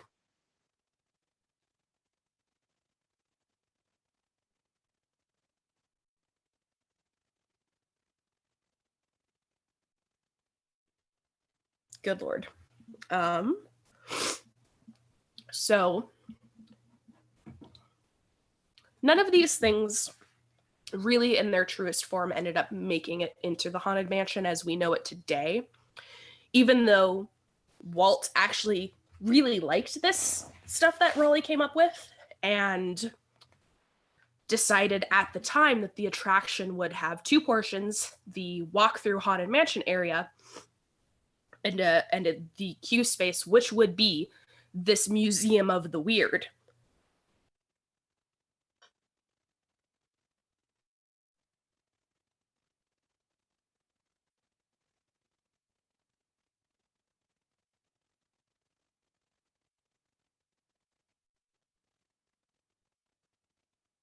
Ooh. Sorry for all of the coughing. That's okay. So I mean, like, the coughing seems to have gone intense. If you want to like abbreviate so that your coughing is not often as triggered, you are more than welcome to do so, because this is rough on you, and I don't want to like push you into that. But the information has been like great. Thank you. So I'm almost done with this, and then I may cut half of what I had and be done. But Yeah, I will no finish worries. up the Museum of the Weird because Raleigh Crump, my beloved.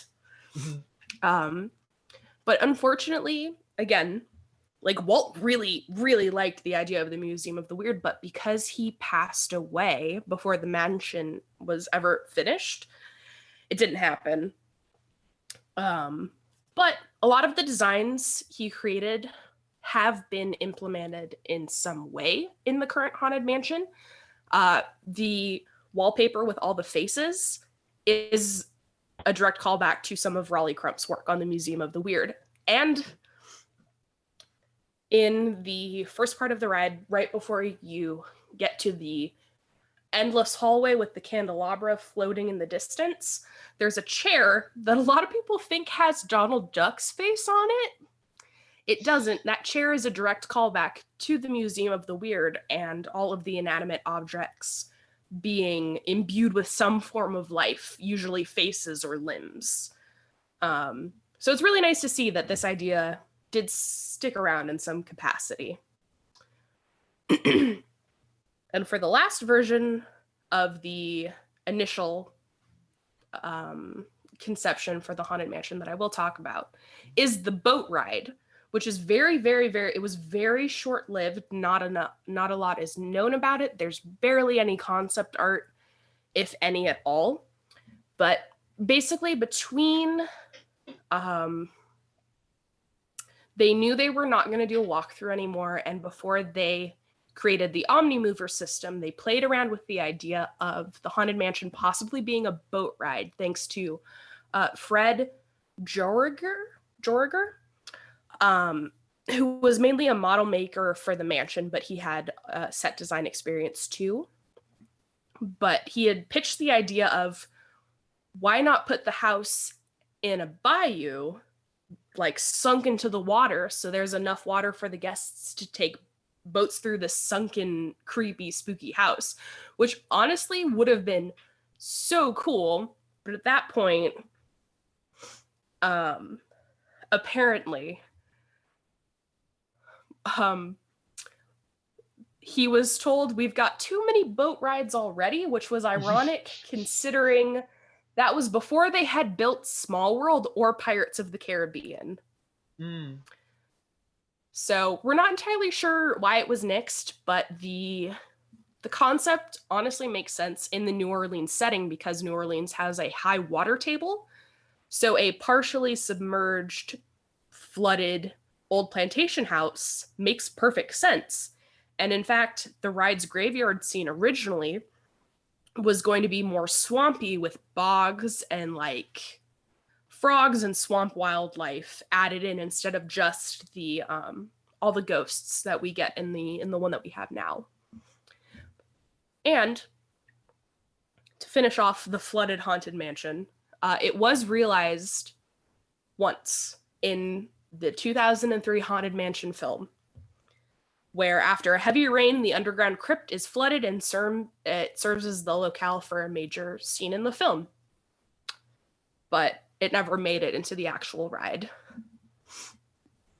And I will cut it short there because my coughing is so bad, but I did have a little bit on some of the Imagineers who we do owe the Haunted Mansion to. But I can't with my coughing. Yeah, no worries. Thank you so much. Again, I know that you were struggling with that because of the coughing. So, thank you. Your time is 17 minutes 55 seconds. So not quite 18. So that is 3, 6, 9, 12, 15. I'm gonna count 3 of them as you drinking during the lecture to handle your coughing. We're good. This is empty. I love your hat. Oh my god. Oh my god. Oh my god, Britt, what my is son? Have this one, and then I also have the 50th anniversary ears that they had out in 2019. Haunted Mansion is my favorite ride. Oh my gosh, I was very excited. I was very excited for all of these presentations.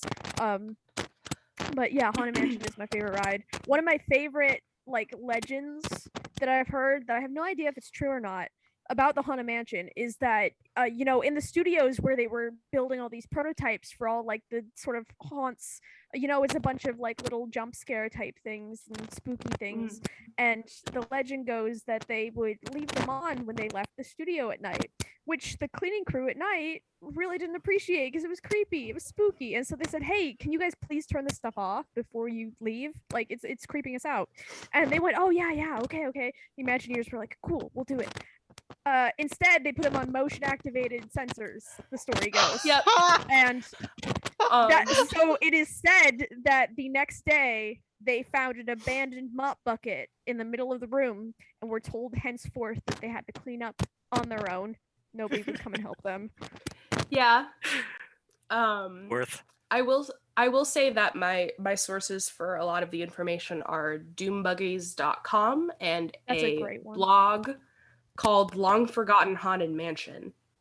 And the author of Long Forgotten Haunted Mansion goes into a lot of the minutia of influences on the Haunted Mansion, specific lost phenomena in the Haunted Mansion, and like the actual history of it. It's a great resource. He's got some amazing posts about some of the smaller things that went into making the ride. I heard that one. I'll have to look that one. I've heard of Doom Buggies before. That one's like a fantastic resource. Oh my gosh. I remember exactly where I was in 2015 when they announced that the Hatbox Ghost, who is on my hat, was being reintroduced back into the ride. I lost my mind. Me too. So the Hatbox Ghost, for those who don't know, he was there on opening day. He was there for the soft opening of the Haunted Mansion for cast members. He was there in a lot of promotional imagery, including the old style record that was released. But by the time guests could go through the Haunted Mansion, he wasn't in there. And that's because his gag didn't work, which was, his head goes from his head to in the hat box that he's holding in his hand. And for whatever reason, a combination of lighting and positioning, they couldn't get the gag to work. So they removed him, and then that original model was lost. No one knows where it actually is. So they rebuilt the new one from scratch and gave him an updated gag effect. So now it's all digital and he works perfectly and he's beautiful. Yeah. And they actually had to build out the attic scene. They had to build out the attic scene so there was room for him now, because with Constance, all of her stuff had taken up most of the attic and the original position where he was. So they were just like, we're just gonna build out the attic so he can be here in his own little special spot. Yeah. Which is great because he deserves it. He's amazing. It's so cool that they were able to bring him back because he became a sort of cult classic thing because he was in that promotional stuff. They bring back his image every couple of years. So like it was a thing that fans really loved, even though he'd never been in it. And because his head disappears from his body and ends up in the box, and Constance's whole thing is her axe and theoretically beheading all of her husbands, you could assume perhaps this was somebody she was involved with, which is just really cool.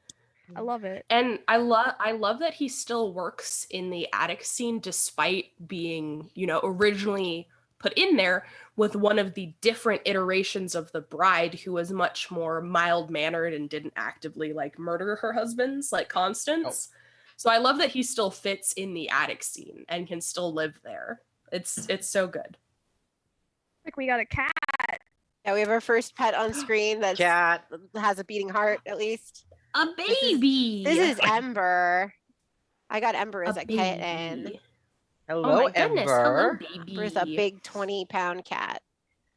Oh my goodness. Question for Mads. I just realized when you talked about one of the iterations that was not fully realized, like the last one, was that the inspiration for, say, the Blue Bayou restaurant that still exists in Disneyland? So it may have been, it may have not been. The Blue Bayou specifically, so both Pirates and Haunted Mansion were built with having that sort of added attraction alongside it. For Pirates, it's the restaurant. For one of the original iterations of Haunted Mansion, it was the Museum of the Weird. Mm-hmm. So both of those were actually developed pretty closely to each other. But one of them obviously saw the light of day, and the other one didn't with Walt's passing. So it could honestly be the case, but I don't think we'll ever really know unless an Imagineer who worked with one of those original creators for the Haunted Mansion, who have now all sadly passed away, steps forward, except for Raleigh Crump. I believe he is still alive. But most of the other original workers on the Haunted Mansion have since passed away. So I don't know if we'll ever know. All right. And one of my other favorite fun facts with the Haunted Mansion, which also we mentioned before the stream, is the ballroom scene, one of the biggest examples of Pepper's Yes. ghost illusion in the world. And one of the really cool things at Disneyland specifically that you can look out for is way back in the day, somebody brought probably a BB gun onto the ride and shot through the glass that is in front of the ballroom scene.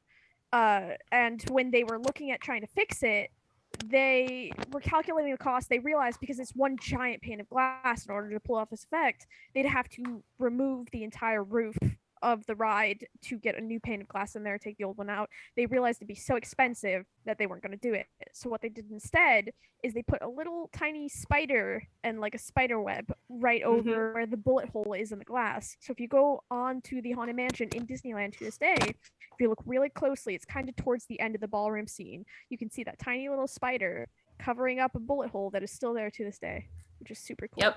Wow. It's too expensive to replace a pane of glass that big. That thing is huge. Oh yeah. And actually, in terms of all of the people who worked on the Haunted Mansion, the one that we have to thank the most for all of the effects in the ride, all of the original ones, is Yale Gracie, who is, you know, the inspiration for the namesake of Master Gracie, because he's the reason we have that large of a Pepper's Ghost effect. He did most of the I don't think there's any more in the attic, but there's one or two still left in the graveyard. But like the pop-up skulls that were air-based, there aren't any more in the attic. They removed them, I think, with the last refurbishment before they put Constance in. But there are one or two in the graveyard, even though they're slowed down a lot. But he is the reason that we have 95% of the effects that we do in the Haunted Mansion. So his namesake of Master Gracie is the like master of the Haunted Mansion is very well deserved. Those pneumatic grave popping heads scared the shit out of me as a kid. Me too. Same. Yeah, they're Same. terrifying. They're terrifying. They're absolutely horrifying. Yeah. Oh man, and not only the pop-up heads, but the actual like pop-up full figures too used to be a lot faster. They are no longer that fast, but like as a kid I remember them shooting up real quick. They definitely freak me out. You know, one of my professors from college always used to say, if you can't fix it, feature it. And that's really what they did with that spider. It's so fun. I love that. That's a good that's a good tip. I am going to start beginning to wrap at this point. And before we go, let's have people say like what they're up to and where they can find you on the internet. I'm going to start off with Diana. Hello, I am up to things. I'm working on some papers that might come out, and so I'll let the community know when those are out. I write about LARP and culture and group identity, so you can find me on academia.edu under Diana Leonard. The easiest way to find my stuff is to look at Dr. Diana Leonard on Twitter or on Instagram, and Instagram has a link tree with all of my other links, so that's a good place to start. So Dr. Diana Leonard. All right, Britt. What are you up to, and where can they find you on the internet? I'm not up to much. If you LARP, I might see you there. I work at Disneyland, obviously, so if you see me, say hi sometime. I create things. I like doing art in my off time. You can find me at Britt the Blue on Twitter or B Shawoski on Instagram, and maybe check out some cool stuff I do. But other than that, not up to much. All right, Mads. What are you up to, and where can they find you on the internet? So you can find some of my work on Instagram on Double M Makeup. I'm a professional makeup artist and prop fabricator. I also am the owner and on plot team for a LARP called Undying in SoCal if you want to come join us. It's undead Americana, high magic. Sounds a little crazy, a lot of fun. I'm on Twitter as Mrs. Mothman. And also I'm one of the co-hosts of an anime-based podcast called Two Weebs in a Trench Coat, and also a podcast that I hope to get out in the fall season called Haunter Historia, which is about the history of haunts in SoCal from the perspective of the haunters that work them. Nice. Dylan, I know that your camera is off. Anything that you want to promote? Well, much like Django Fett, I am absolutely just some guy who isn't important at all. I'm gonna say this now so that people can pester me if I don't get it done, but I'm gonna try and do a YouTube channel about boffer building, but that's still ephemeral and vaguely in the future. So, yeah. Mhm. Blythe, if you are around, where can people find you on the internets? Yeah, my camera's off for internet reasons. No worries. Yeah, you can. You can find me across the interwebs at BlytheKala93. That's BlytheKala93. That is on Twitter, Instagram, YouTube, all the things. I talk a lot about Star Wars. I know a lot about Star Wars. But right now, I'm on a Transformers kick for More Than Meets the Eye, which is an IDW comic from 2012 that's absolutely amazing. And if you want really good queer representation in comics, I recommend reading it. But yeah, anytime you want to know something about Star Wars, just tweet at me and I'll probably have an answer. All right, and I am your host, Ryan Omega. Thank you for joining us on this episode of Point and Clink. The topic of is Disney. Next, next month, I don't know what the next Point and Clink is, but we usually go on second Wednesday of the month. And also coming up for me is Breaking Bard: Midsummer Night's Dream. I just did